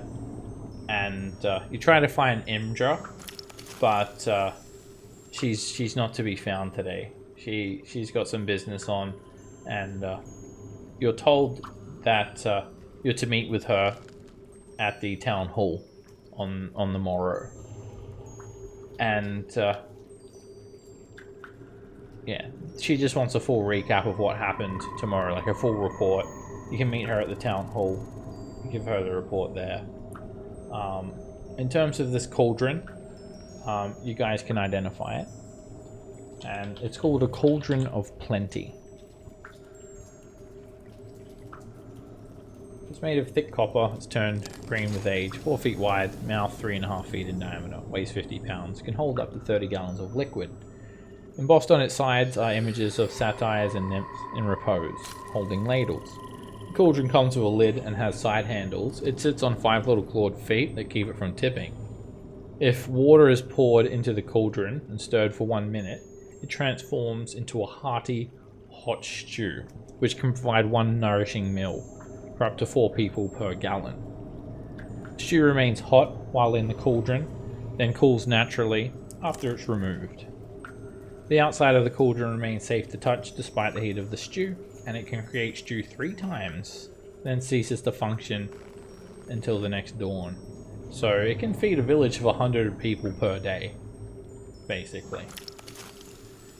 Nice. It could do like one of the smaller towns in 10 towns every single day. That's going to solve a lot of problems for some people. So, you know, you'll have to think about what you want to do with this cauldron, but for now, we'll leave it there.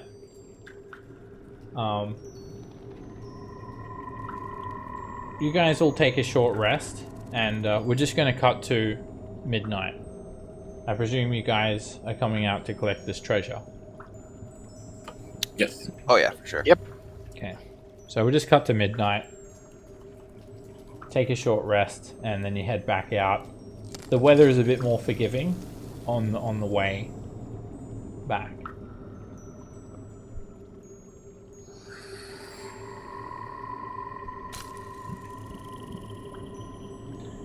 Yeah. Can I have dried my clothes in the interim there? Oh yeah. You've got like a full day basically.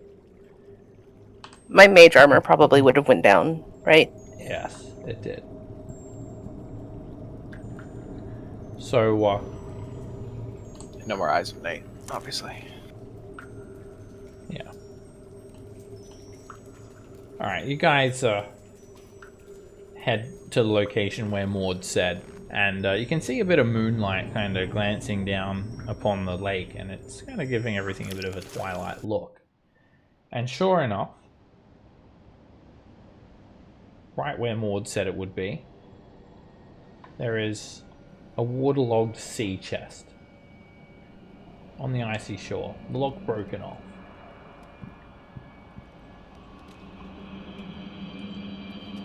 Would you guys like me to maybe identify this in case it is magical or cursed in nature? That's using your pot lid. Sounds like a good idea to me. Gotta make It'll way. take some time, if that's okay. Sure, take your time. And he's gonna set up and ritual cast identify on it. I don't even know if it's magical, but we'll find out. Alright, Can you I see? Oh yes, Can I see the stars? Are they out? Is it like clear enough to see stars? it is. It's a abnormally clear night. Alright, while Mimi's doing her thing, you notice Jiris is staring at the sky and apparently having a one-sided conversation. I can't do that. I don't have a pearl. Never mind. Oh yes, you need 100 gold piece pearl. So Mimi's just being Mimi. She's going through the motions, but she doesn't have the right components. After a little while, then the bitch will be like, you get anything there, ma'am? No, it seems safe. Alrighty. Seems safe. Well, let's I pop trust it. her. She's the smartest person I know. You can trust her. Mm-hmm.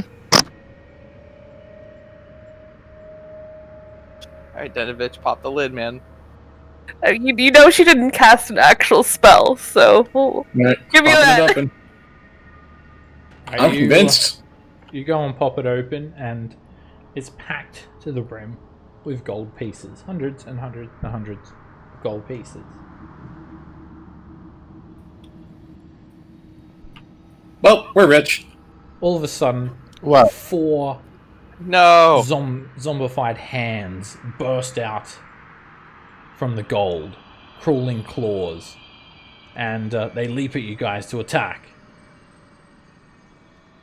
Oh, shit. They burst out of the gold, jumping through the air. Ash, you're up. Okay.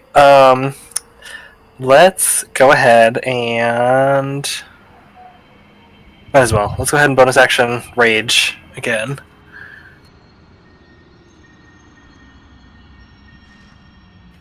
And then try and make my way onto the ice.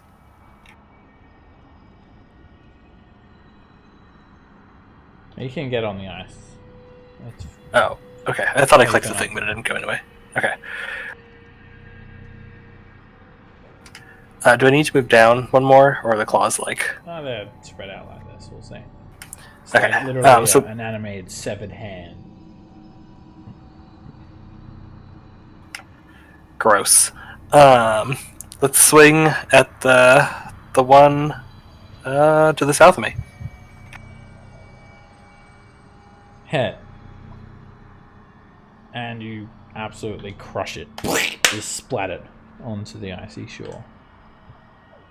Mimi. I think you accidentally took them out of initiative. Not that I Oh. mind. Oh, yes.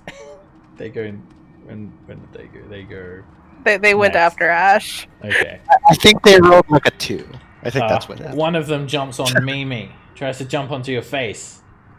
And... It grabs onto your face and squeezes. Starts crushing your face for 5 bludgeoning damage. One of them jumps on Kelgrath.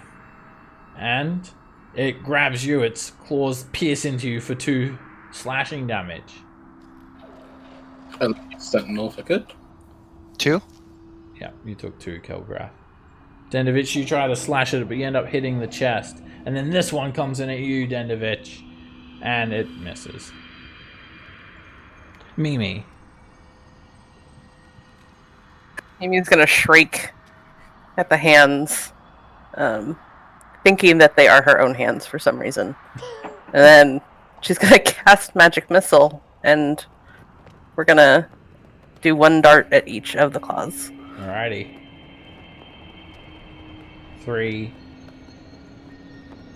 3 Orbs frying of pans. light. 3 freaking frying pans. They fly out. Each one collects the crawling claw, breaking them apart, killing them all instantly. I Frying watched to pans see keep if squashing them repeatedly. Dendovich is licking his lips or anything. Well, there were 4 of them on the ground, but now you only see 3.